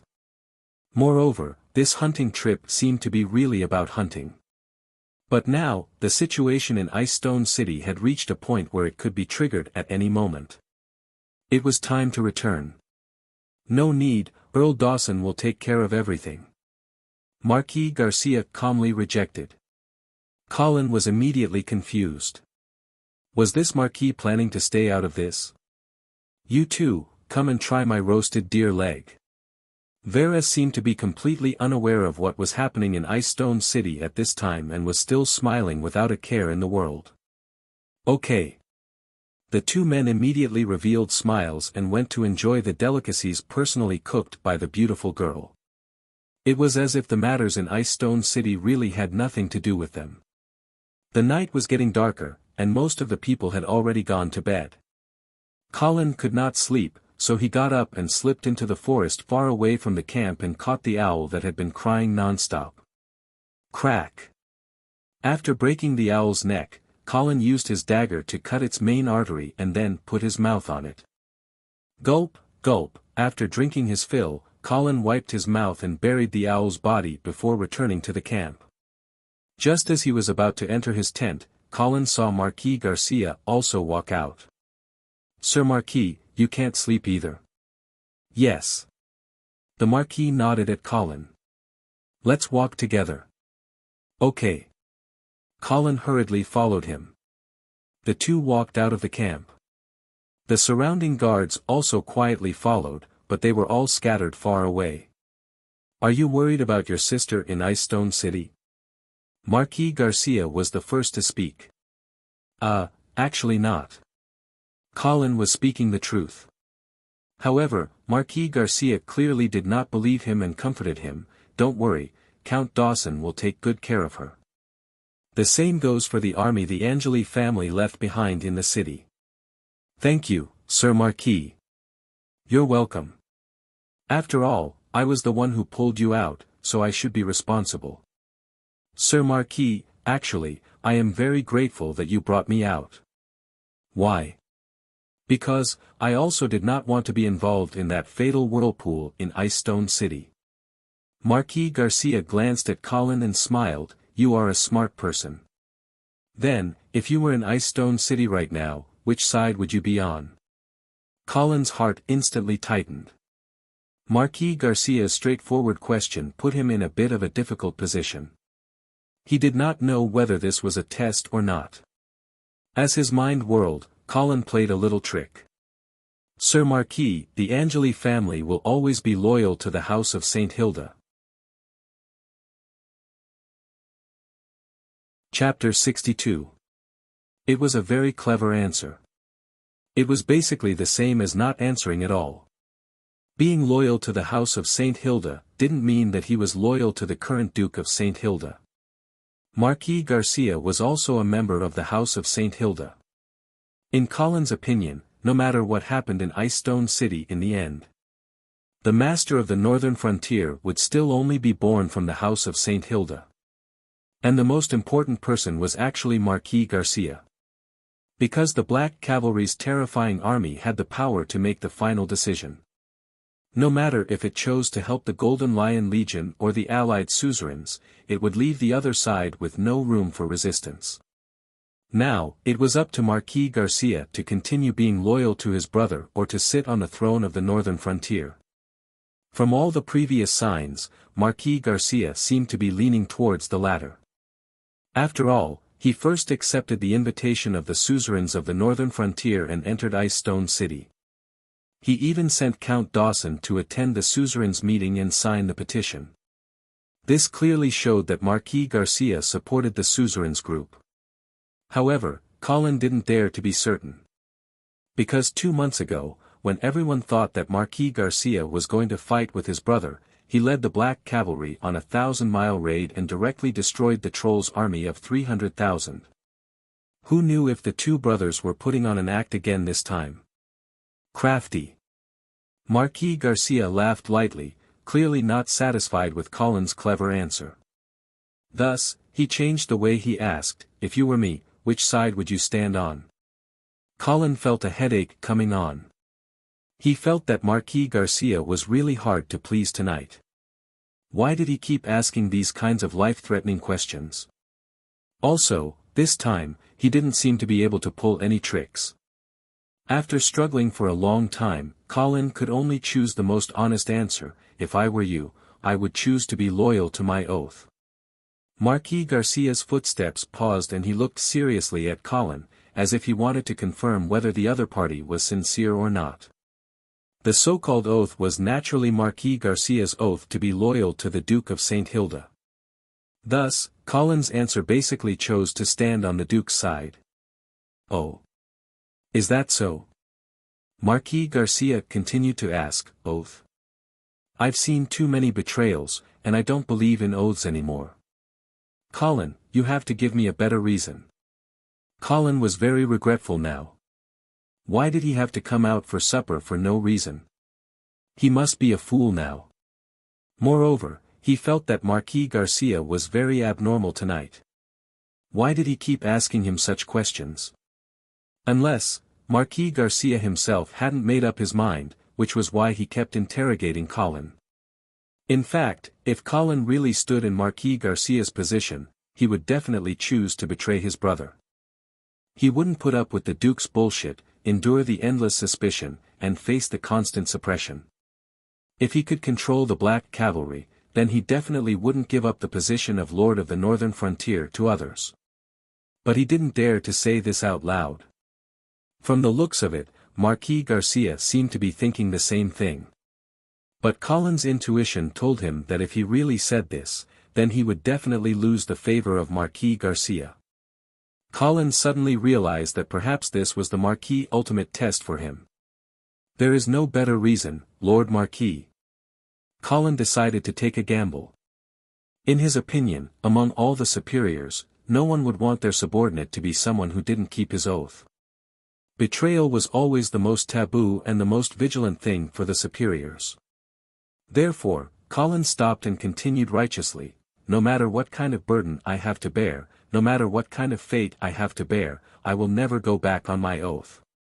This is my basic integrity as a knight, and also the greatest honor of the Angeli family."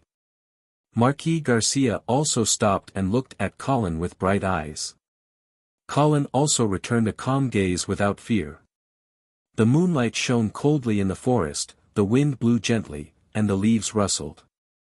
After a long time, Marquis Garcia finally withdrew his scrutinizing gaze and continued to walk forward. Colin blinked his sore eyes and hurriedly followed. Did he pass the test? He was somewhat doubtful. Marquis Garcia didn't say anything and just kept walking forward. After walking for an unknown amount of time, the two gradually went deep into the forest. Just as Colin was thinking about whether to suggest going back to sleep, Marquis Garcia suddenly spoke again. "The Black Cavalry will stand on the Duke's side, and those reckless lords will pay the price for their betrayal." As expected. Colin's heart trembled. He made the right bet. It was another trap this time. Those lords who tried to cause trouble were fooled by these two brothers again. That's right. All traitors deserve to die. Colin immediately agreed. At the same time, he secretly rejoiced. Fortunately, he didn't follow those people to cause trouble, or else he would have died without a burial ground. Then, he started to gloat again. Because Earl Oman was among those lords who caused trouble, and it looked like he was the leader of the organizers. Who asked you to send someone to assassinate me? Who asked you to covet my family's title? Let's see how you die this time. Just as Colin was secretly pleased, Marquis Garcia spoke again. However, I made this choice not only because of the oath I made back then.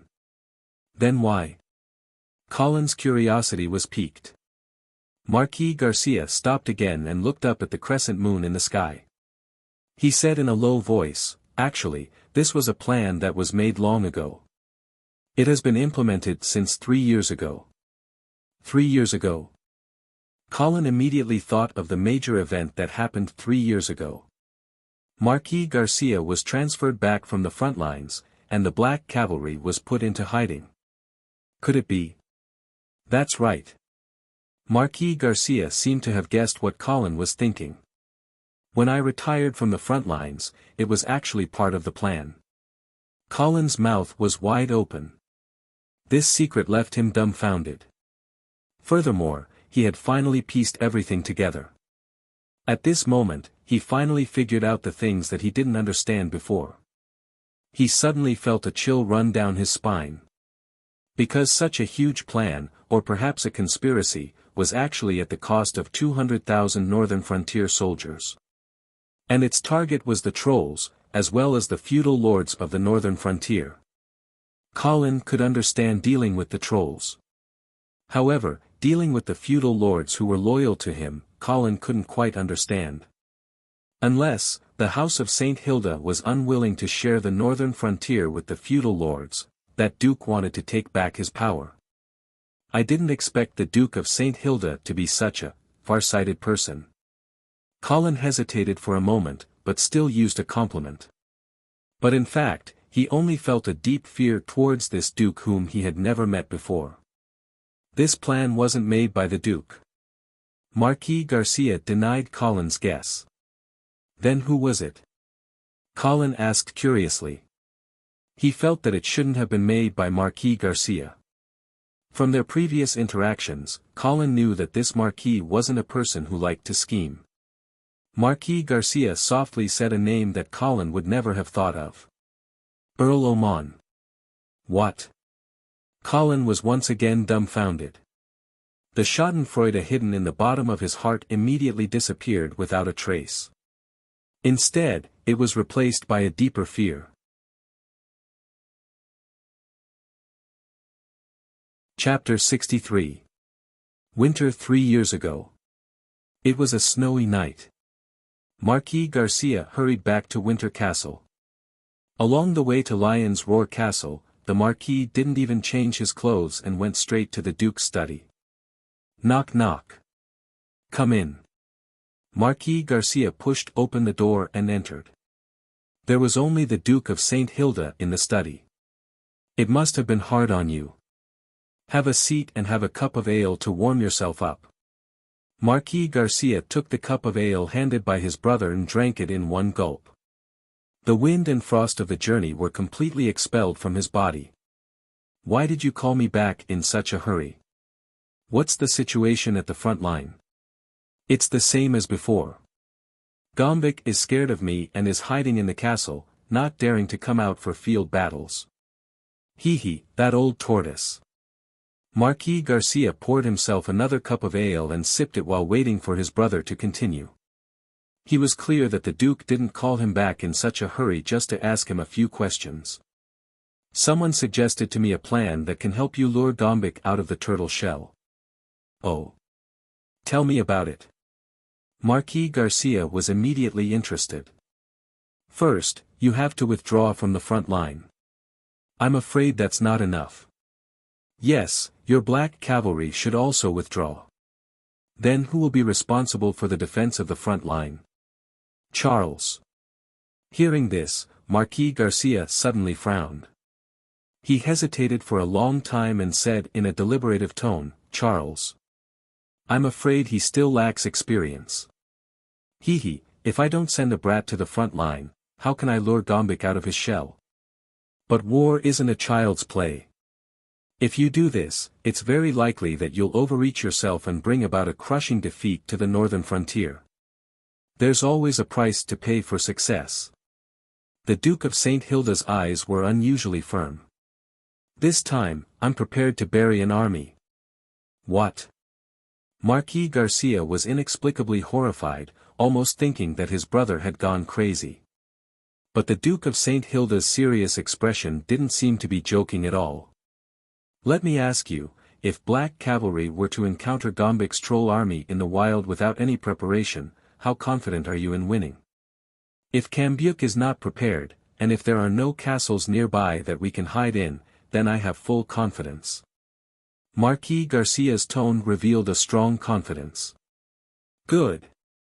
Then let's finish it in one fell swoop.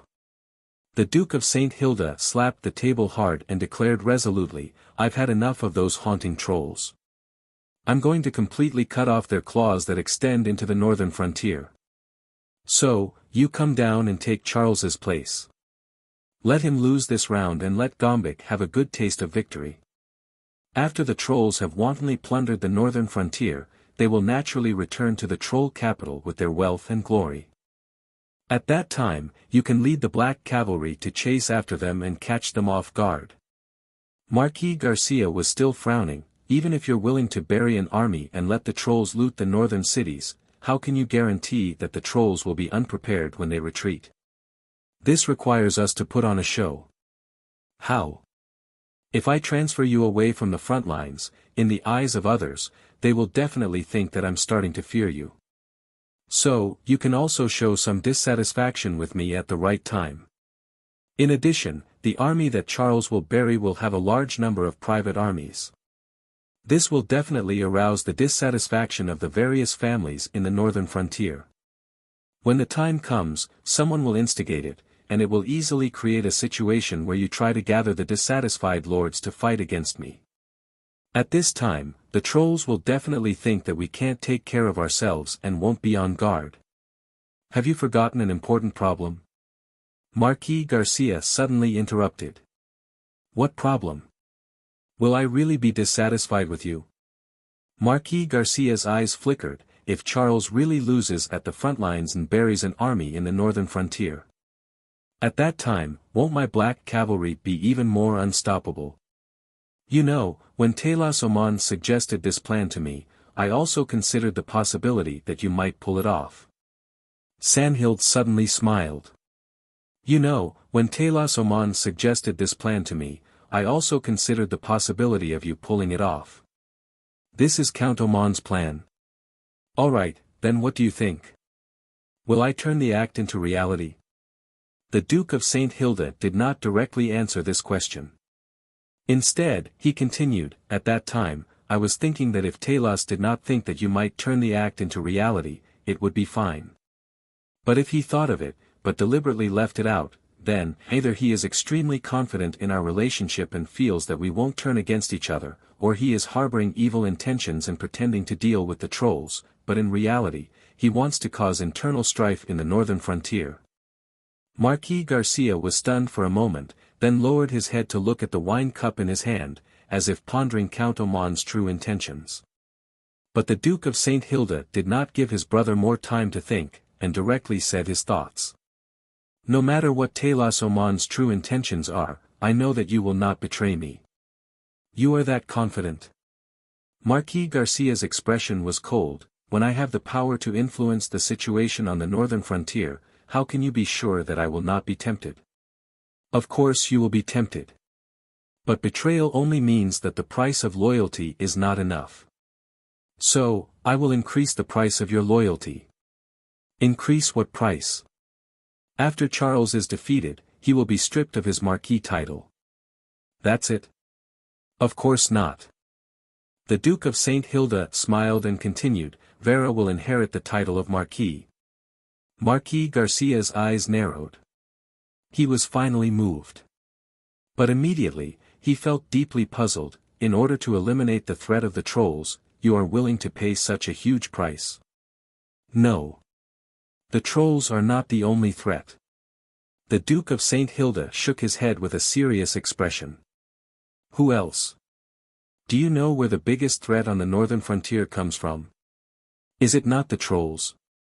The Duke of St. Hilda shook his head again and said in a deep voice, external threats will only make us stronger and more united, but they will not destroy us. Only internal threats can really corrode the foundation of the House of St. Hilda's rule. Marquis Garcia was stunned for a moment before he realized what his brother was talking about. You mean the lords of the northern frontier? Yes. The Duke of St. Hilda gritted his teeth and said, do you know how many territories the House of St. Hilda has under its name? Do you know how many years the family has been unable to make ends meet? Do you know why I have been unwilling to ban the trade with the trolls? Do you think I don't know that this trade is actually helping the enemy? But what can I do? The family needs these profits. It may seem that the entire northern frontier belongs to me, but I am hesitant to even confer a title to a small baron. And you? My good brother. Of course, it is a good thing that you have blocked the trolls from the northern frontier. However, this has also completely blocked the replacement of the lords of the northern frontier. If the trolls cannot invade, no one will be deprived of their title because of losing their territory. Therefore, there are more and more nobles in the northern frontier, but the land under the family's name is getting smaller and smaller.